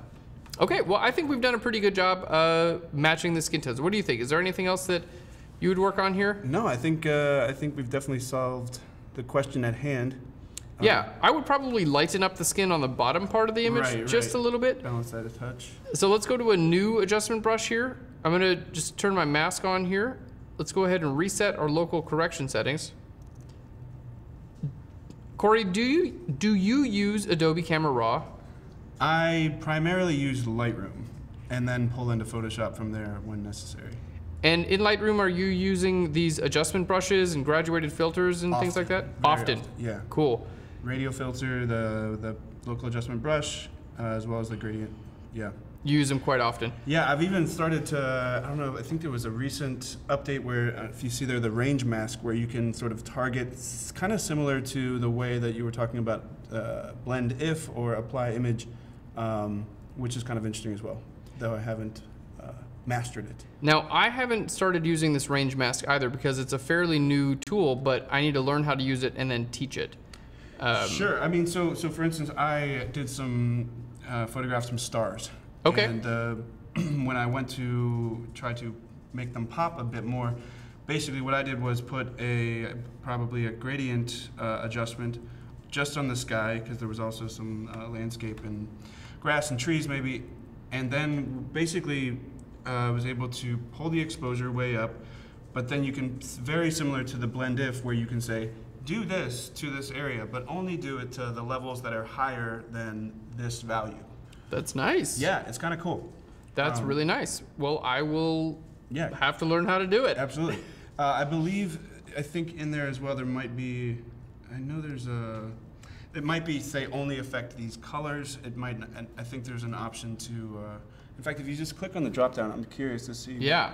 So color and by luminance. Yeah, so the that one is I think pretty I nice. was talking about was the luminance, and then there's also the option to only affect, say, the greens. How cool. Well, I'm not going to waste everyone's time by trying to learn something new here live, but I think we've done a pretty nice job. Yeah, that's looking even.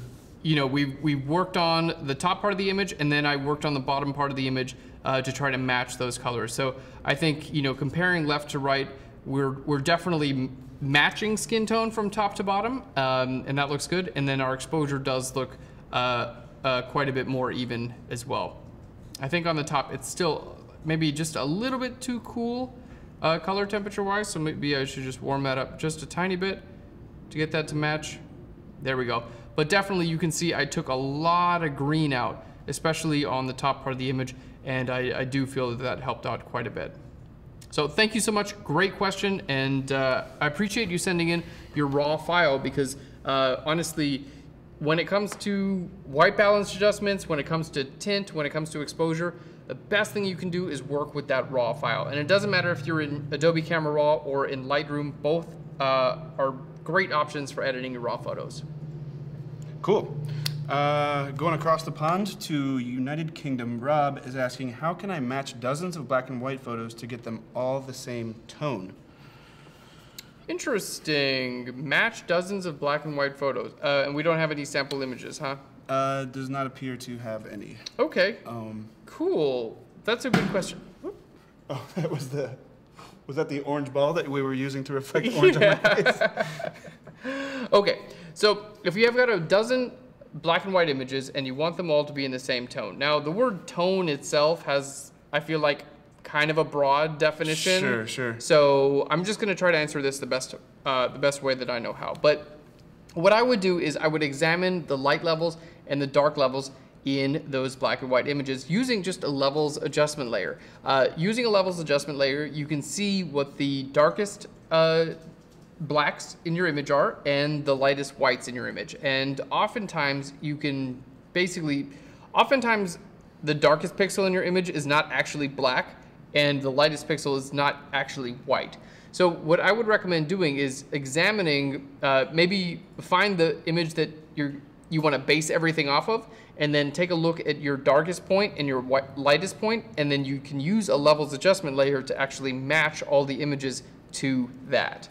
If that makes sense. Sure, and staying even just in Lightroom, I often, if the exposures are all sort of already resolved on all my images, then what I often do to sort of apply my style or the style that I want to affect the photo, I'll choose my first image and really dial that in, and then select and sync settings. Yeah, that's which is often.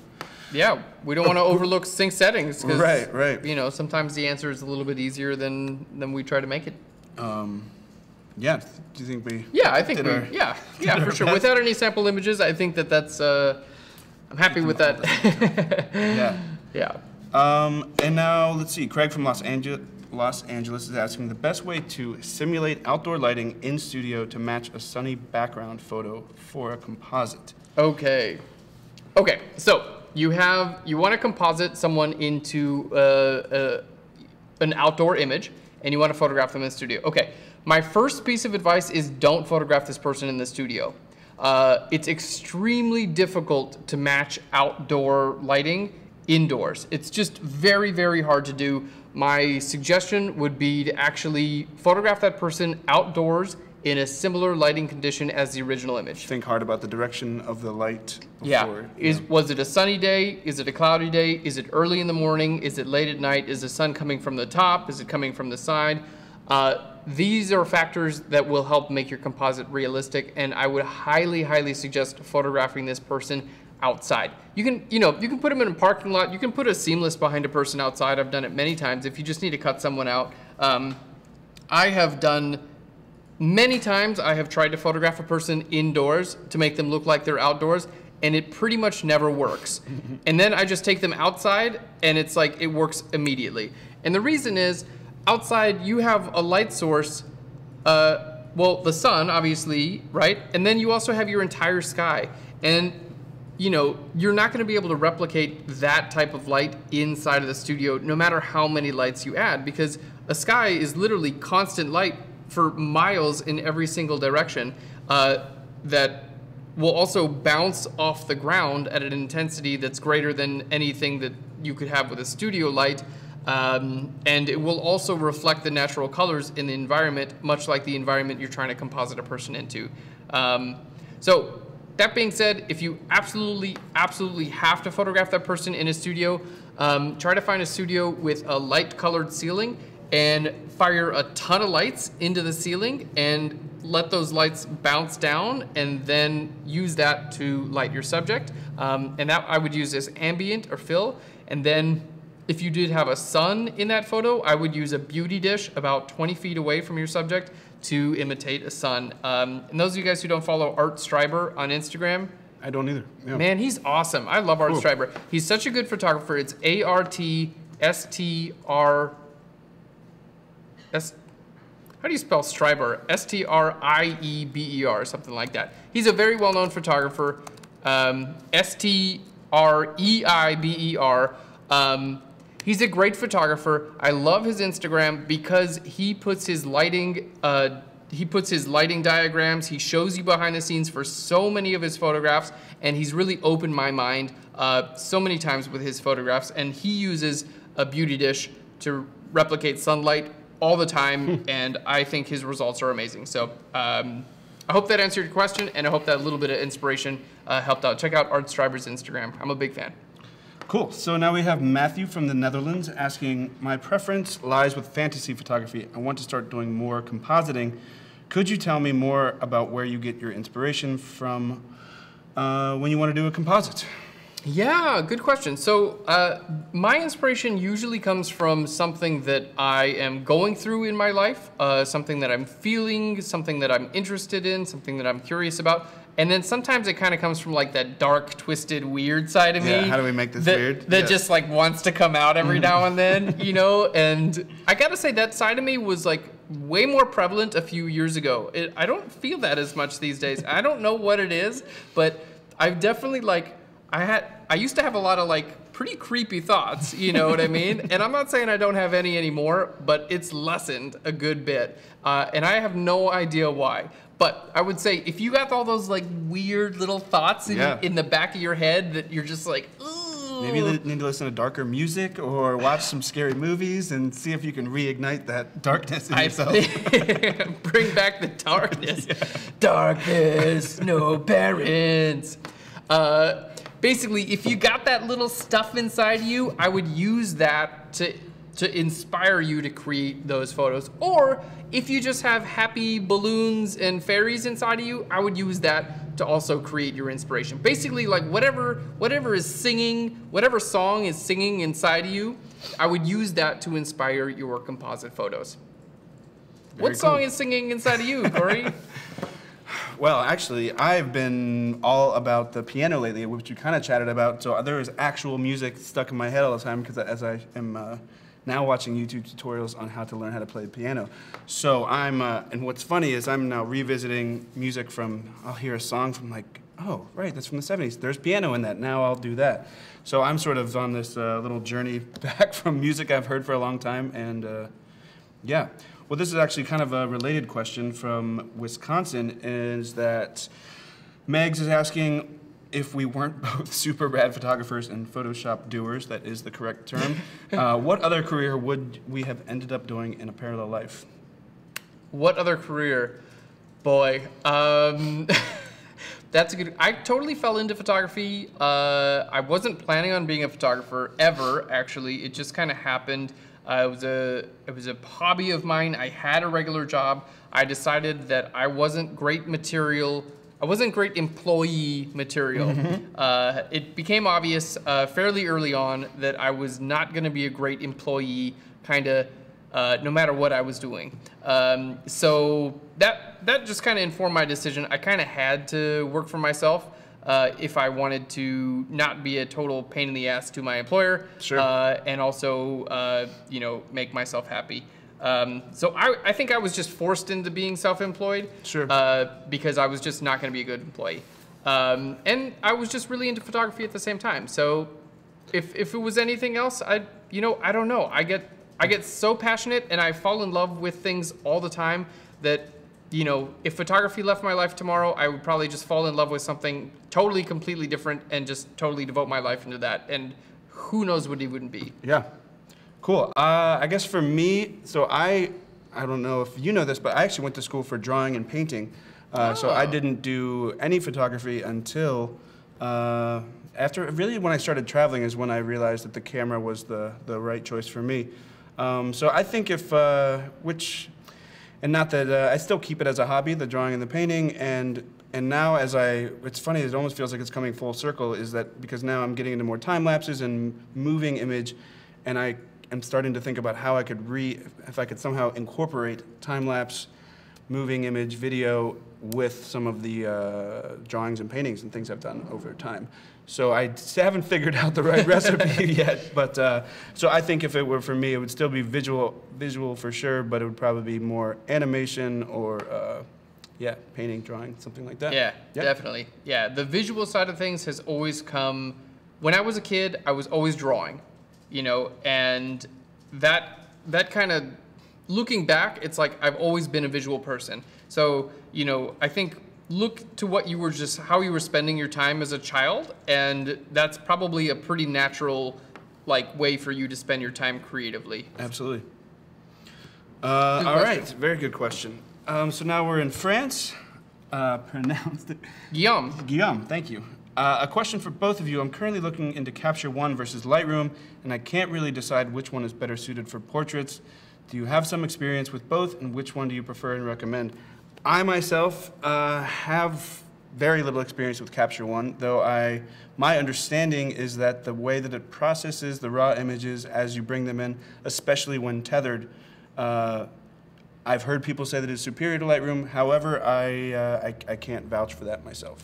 Yeah, I've also heard it's superior in raw processing, and especially in color processing, and especially working with shadows. Like if your shadows are a little dark and you need to bring them brighter, I have also heard that Capture One is a little bit better. Now I've used Capture One. As far as tethering, Capture One is way better than Lightroom. The tethering tools in Capture One are incredible. So if you're gonna look to shoot tethered, I highly recommend Capture One. I do think that their color tools are very, very good. It's a very powerful program, but it is more difficult to learn than Lightroom, I would say. Absolutely. Now, I do have a very good friend, Ross Floyd. He is a fantastic product photographer, and he uses Capture One exclusively. He swears by it, and we're actually going to be making a tutorial with him. Cool. So we will just show you how to use it, and then you can make up your own mind there. Yeah, in the tinkering that I've done with Capture One, I kept coming up against, but how do I organize these? Lightroom does such a great job of putting things into an order that makes sense in my brain. Totally. Whereas Capture One, I think I didn't probably do enough research on figuring out, okay, but this is going to be stored there, and there's, anyways, for me that was sort of a confusing hiccup and speed bump, which I've quickly retreated back to Lightroom. Yeah, kind of same here. Cool, hope we answered that question. Troy from Dallas is asking, I often struggle with using the right tool to remove a portion of an image. The bamboo railing here is giving me trouble and wondered how you would handle removing it. Image 21. All right, image21.dng. And again, thank you so much for sending in your raw files. I really appreciate it. Okay, so the bamboo, this is the railing that we want to remove?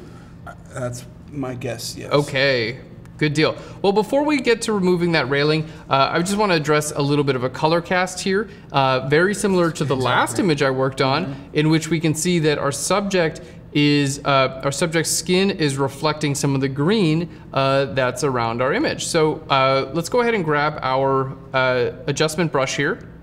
I'm gonna go ahead and reset my local settings. Let's turn our mask on and just paint right over top of our subject here. There we go. So I just want to address a little bit of a color shift. And these color shifts, you know, honestly, when I first started out photography, the first few years, I didn't even see them. Yeah, I know. It's crazy to look back at those old hard drives and start to be like, how did I miss this? How did I miss this? Exactly. Yeah, it's amazing, you know, what you start to pick up on after time, and that's where just doing this a bunch can really help out.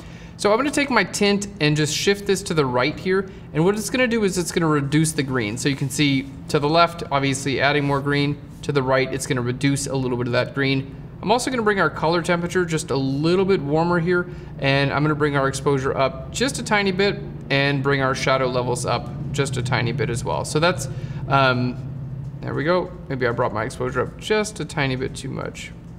So let's just look at the before and after. Before we do any type of, there we go. We have a different view here, which might be actually better. There we go. So our different view, there we go. Let's just zoom in. Okay, so here you can see the before and after with our subject's skin tone. So on the left is the before and on the right is the after. So just reducing these greens, fairly simple process to do here in Capture One. Adobe Camera Raw. This is not Capture One, by the way. Fairly simple process to do here in Adobe Camera One. I just said Adobe Camera One. You'll get it. Okay. One more time. Thank you for that vote of confidence. I appreciate it. It's easy to do. In Lightroom, in this other program, it's easy to do. Okay, so let's go ahead and remove our before and afters. I think we're ready to work on our image. Now, I'm gonna just go back to my hand tool. I'm gonna increase my shadow levels just a little bit as a whole. Let's increase our vibrance just a little bit as a whole, and let's go ahead and open this object. Now, I am gonna click down here on the bottom. If you're bringing a raw image directly into Photoshop, you're gonna go through Adobe Camera Raw, and I highly suggest using your color settings. Adobe 1998 RGB. That's a great color space. Your bit depth, I recommend editing in 16 bits whenever possible. And I do recommend clicking on Open in Photoshop as a smart object. The reason I suggest doing that, let's just go ahead and open this object. Okay. The reason I suggest opening this as a smart object is if I want to get back, let's say I'm looking at this, I take a break, I come back and I'm like, her skin is still too green. I want to edit what I just did. Because I opened it as a smart object, now you can see this layer is a smart object. I'm just gonna make my layers a little bit bigger here. Okay, the layer is a smart object. Now all I have to do is double click right here on this layer and it pops me back into Adobe Camera Raw with all of the settings. So I could go back to my adjustment brush here, I can click back here, and then I could change these settings if I wanted, just like that. Super, super easy to do. So super important to open up as a smart image. Okay. Now, as far as removing this bamboo pillar goes, we've got a bit of work on our hands, so let's get to it. So I'm gonna create a new layer. We're gonna start off with a few different things. So clone stamp tool is kind of like, you know, half the battle there. Spot healing brush tool. I do recommend just starting off with the spot healing brush tool because it's just so easy. You just paint over what you don't want to be there, and a lot of the times it does a pretty good job. Sometimes it doesn't do a good job at all, but a lot of the time, like that's all right. I'm okay with that. Especially when you have organic material like rock, where it's not saying this needs to be a hard edge like a bench or something like that. Exactly, exactly. So I do recommend starting off with a spot healing brush tool. I don't ever expect it to just do the whole job for me. Like that's not as good, right? Sure, sure. That's not going to cut it there. But it gives you somewhere to start. It can definitely give you somewhere to start. And because we're working with layers here, you can just add over top of that. All right, so let's see what we can do here. I'm just gonna see what this tool will give me. All right, there we go. Let's just think it for a second. All right, so not gonna do a great job there. No big deal. Let's just hit undo a couple times. Let's see what it does over here. This tool is just so easy that really anywhere I can use it, I'm saying yes, please. That's not horrible right there. That's not horrible. So let's continue painting up here.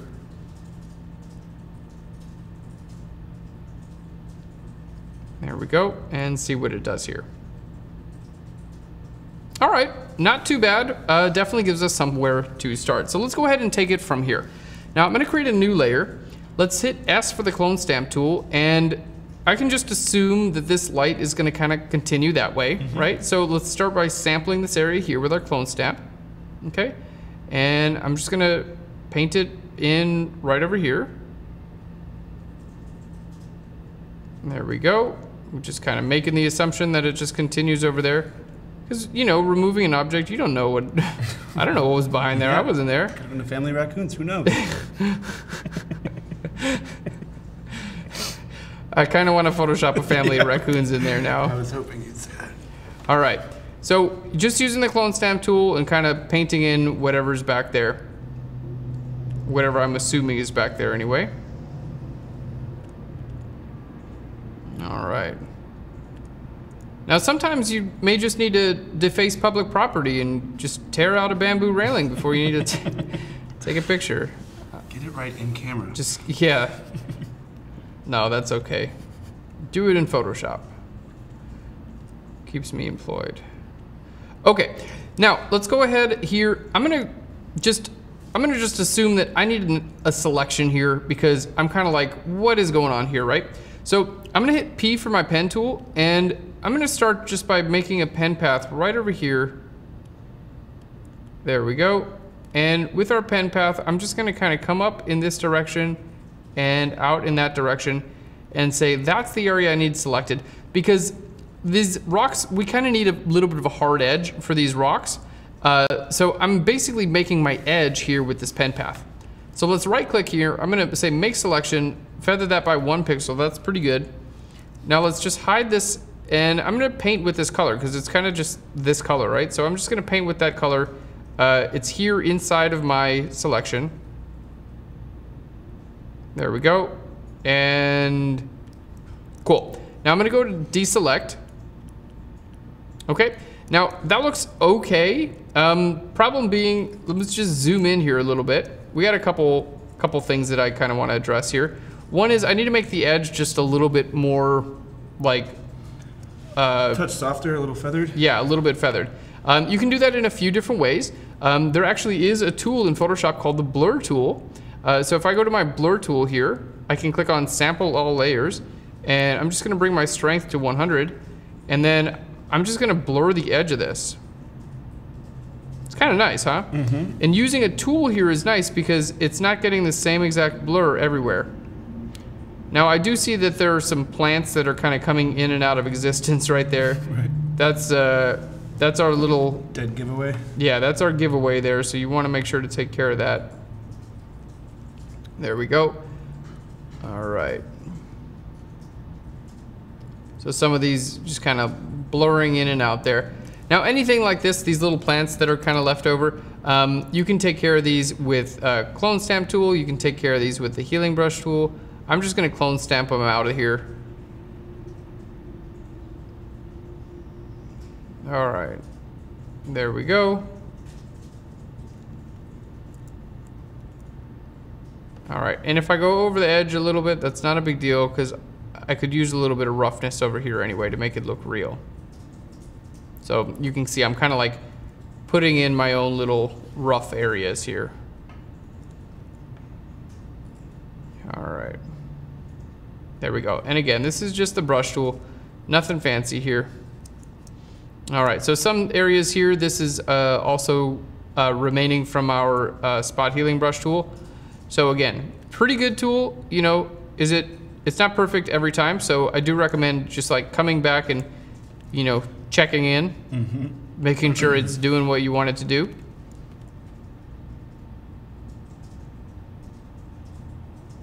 There we go, and then this is just the clone stamp. So the clone stamp is really nice because it doesn't try to do any blending, it doesn't try to do anything advanced, it just creates a direct copy. And oftentimes that's exactly what you want. So I'm gonna just kind of end that little rock down there. I'm gonna say, okay, there we go. Paint your own thing there. Removing objects is really fun. It's like, it's a challenge because every image is super different. You know, you kind of have to guess what was back there to begin with and, you know, do some recreating. So I actually really like removing objects from photos. I think it's super fun. There we go, and just kind of painting all the way to the edge of that. So just basically trying to make something that looks a little bit more like jaggedy and rock-like. And one thing I always try to zoom in this case, I don't think it's a real issue, but sometimes the the spot healing, you'll start to see exact replicas. So as you zoom in there, you start to see, in this case, it doesn't really matter because it's a rock, but when you start to see that it's replaced it with what appears to be an exact replica of something that was near it, that's something I always try to look out for and definitely hide as well. Definitely. Okay, so we're looking pretty good. We still got a ways to go here, but the next thing I want to do is kind of take this highlight here and follow it down to the tree. So I'm going to use my brush tool for this. There we go.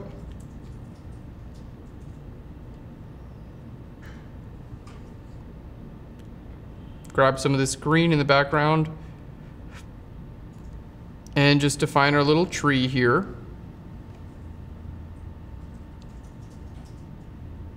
All right, so never underestimate the power of the brush tool. I wish I could just use the brush tool for everything. You certainly try. I certainly. All right, now I've created like the top part of the tree. The bottom part, because it's a little bit more complex, I'm gonna just clone stamp from here. And there we go. Just pop that on a new layer. It doesn't really matter where you put it because I'm gonna use my move tool and then transform that and stick it over there, you know, to try to get like more of the bottom part of the tree. There we go. And from here, we're just gonna continue. So it's a lot of layer building, you know, it's a lot of like, okay, we built this part of the little tree, now let's build some more, now let's make them connect in like a realistic way. There we go. And now we're gonna clone stamp over here because we got some grass that I need to fill in between these two tree trunks here.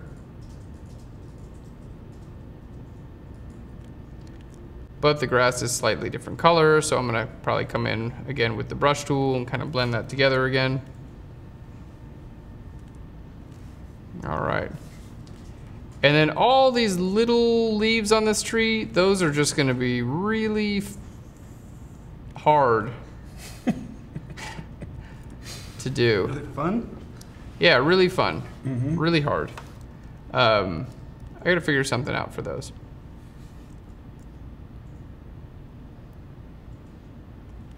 Just start looking around the image and saying, can I take it from here? Yeah, can I take it from here? Exactly, exactly.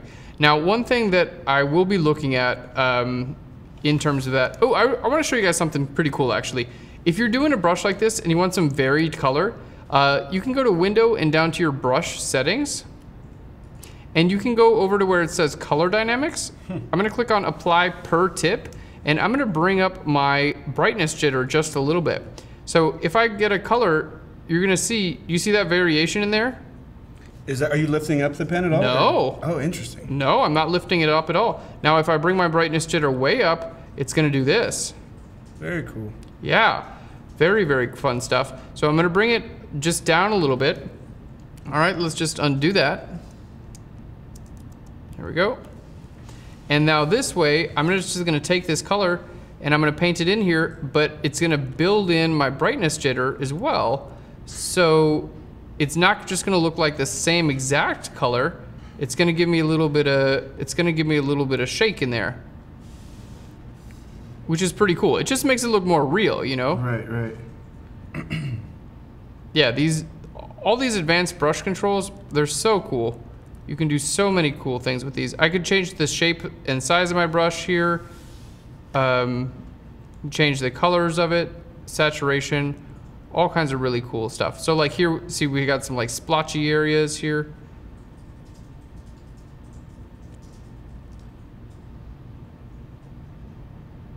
Just gonna try painting that in there, making it looks like it's splotchy.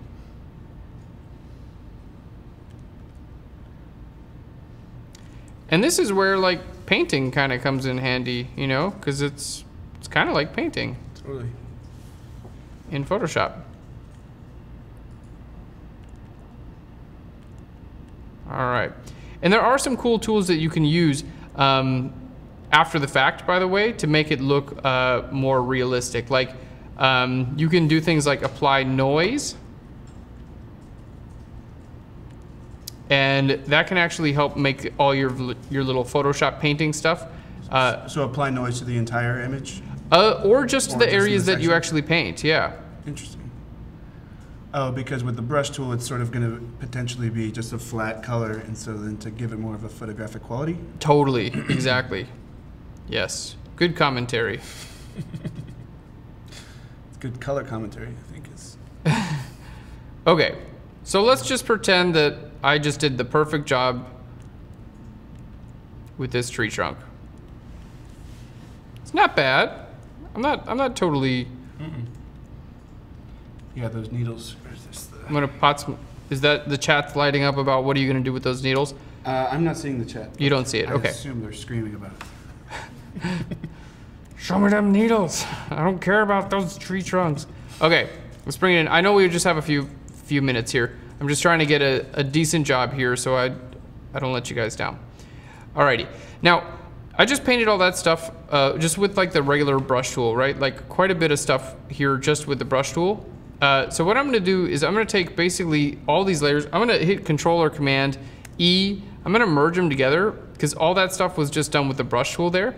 Now, it kind of just looks like it was just done with the brush tool, but if I create a new layer above it and I go, or I can just do it on this layer, it's fine. Go to Filter, down to Noise and Add Noise. Then I can actually add noise to just this layer, and if my noise is low enough, you know, we're talking about 2% noise, 3% noise, that's 23. You know, then it can bring that little bit of noise in there, can help make your, whatever you need to paint with your brush tool, it can help it make a little bit more photographic. Make it monochromatic. You can see, doesn't that look kind of like a photo now? Absolutely. So there's the before, just looks like a soft edge brush.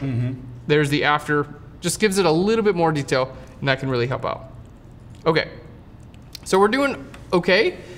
Now what we need to do is get a little bit more of that, we just need to get some more of that, those leaves. Okay, so what I'm gonna do is I'm gonna try to grab this area here. I'm gonna hold Alt or Option and clone stamp this area. There we go. The reason why I chose this area is it's because these leaves are on a light colored background. Totally. And I'm gonna try to use the contrast between light and dark to put these leaves somewhere else. So these leaves, light background, right? So what I'm gonna try to do is change my layer blend mode to something like multiply, which is gonna remove my light background, or darken, okay?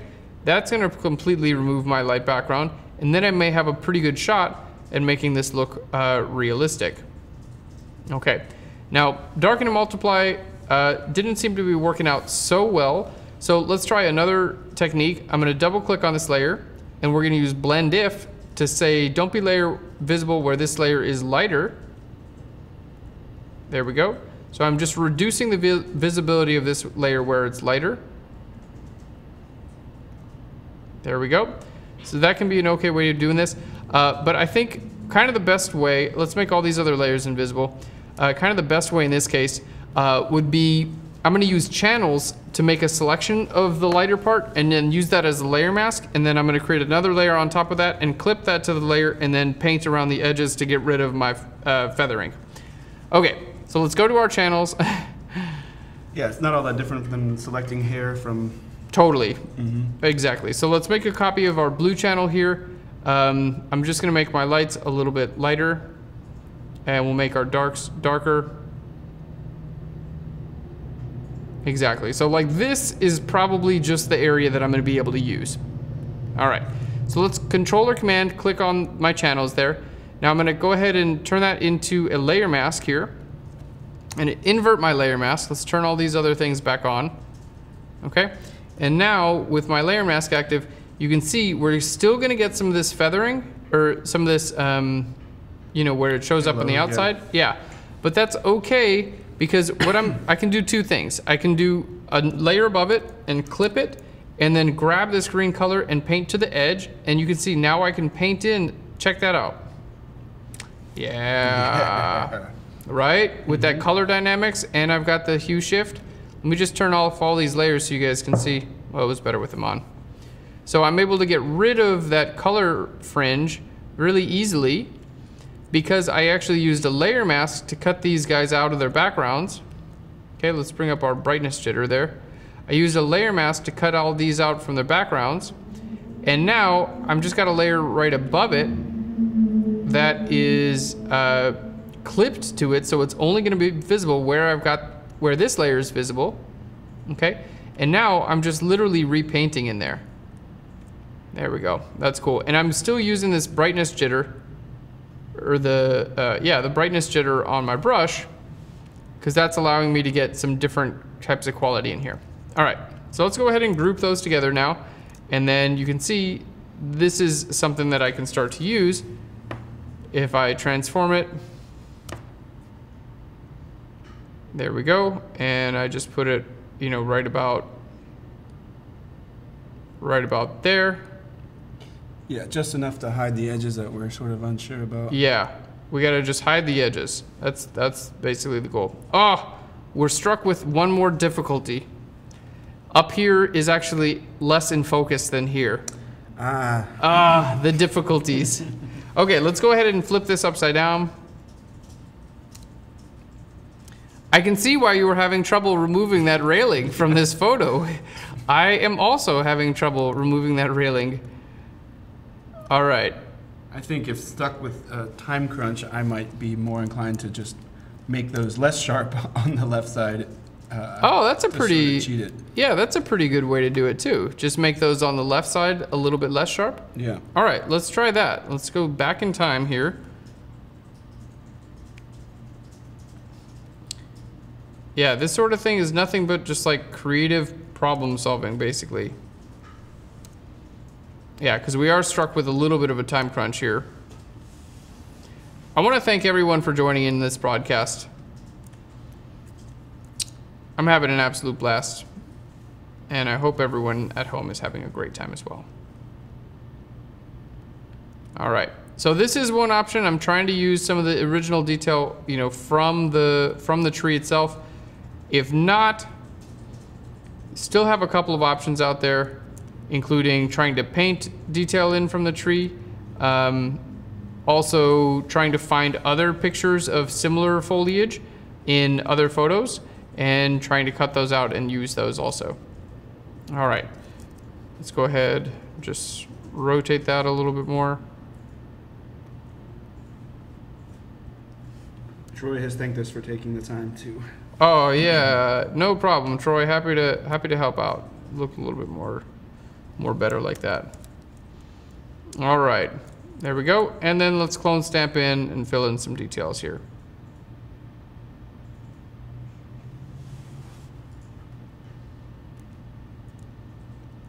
My best friend growing up was named Troy. Is that you? Is that you? I haven't spoken to you in years. How you been? All right.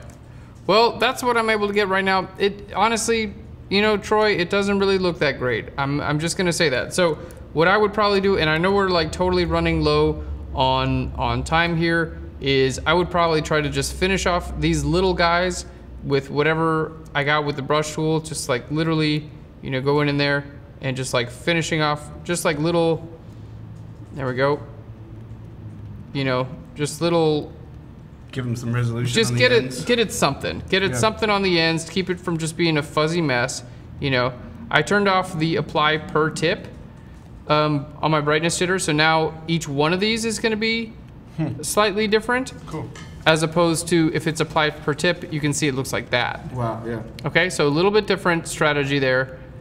But the brightness jitter is huge because it does give you that appearance of some varied. Yeah, you know what? This is definitely going to be our better strategy. I wouldn't try to paint a whole entire tree branch like this, but just giving, a little bit of an ending to some of these things and making them look a little bit, realistic. Not from 100% zoomed in, but if we are zoomed out, something like that, you can see it does give it a little bit of a realistic edge. Yeah. Cool. So that would probably be the way that I would go, and kind of just continue on down and kind of clean up this area. All right. Well, that was a really great question. I'm super pumped to be able to work on this image. I apologize I was not able to finish it, but let's take a look the before and after. I think we did a pretty good job removing that. Absolutely. With a little bit more work, kind of cleaning this up with that brush we just made and extending a little bit of foliage here, I think we'd be in a really good spot. All right. Well, I think that is the end of our broadcast. I think it is. I want to thank everyone out there for joining us for today's broadcast. Thank you so much, and I want to thank you for joining PHLEARN Pro as well. Today is our 1 year PHLEARN Pro celebration. You've done it. We've had PHLEARN Pro. It's been 1 year, and if you have not already done so, be sure to check out our brand new website. You'll notice on your homepage you have a continue watching section and a favorite section. You can favorite every tutorial, any tutorial on the web, or every tutorial on the website, as well as we've completely rebuilt and redesigned our magazine. I hope you enjoy it. Thank you so much, Corey. Thank you for having me. Thank you for watching. It's been an awesome time. All right, everyone, have a wonderful night. I'll PHLEARN you later. Bye, everyone.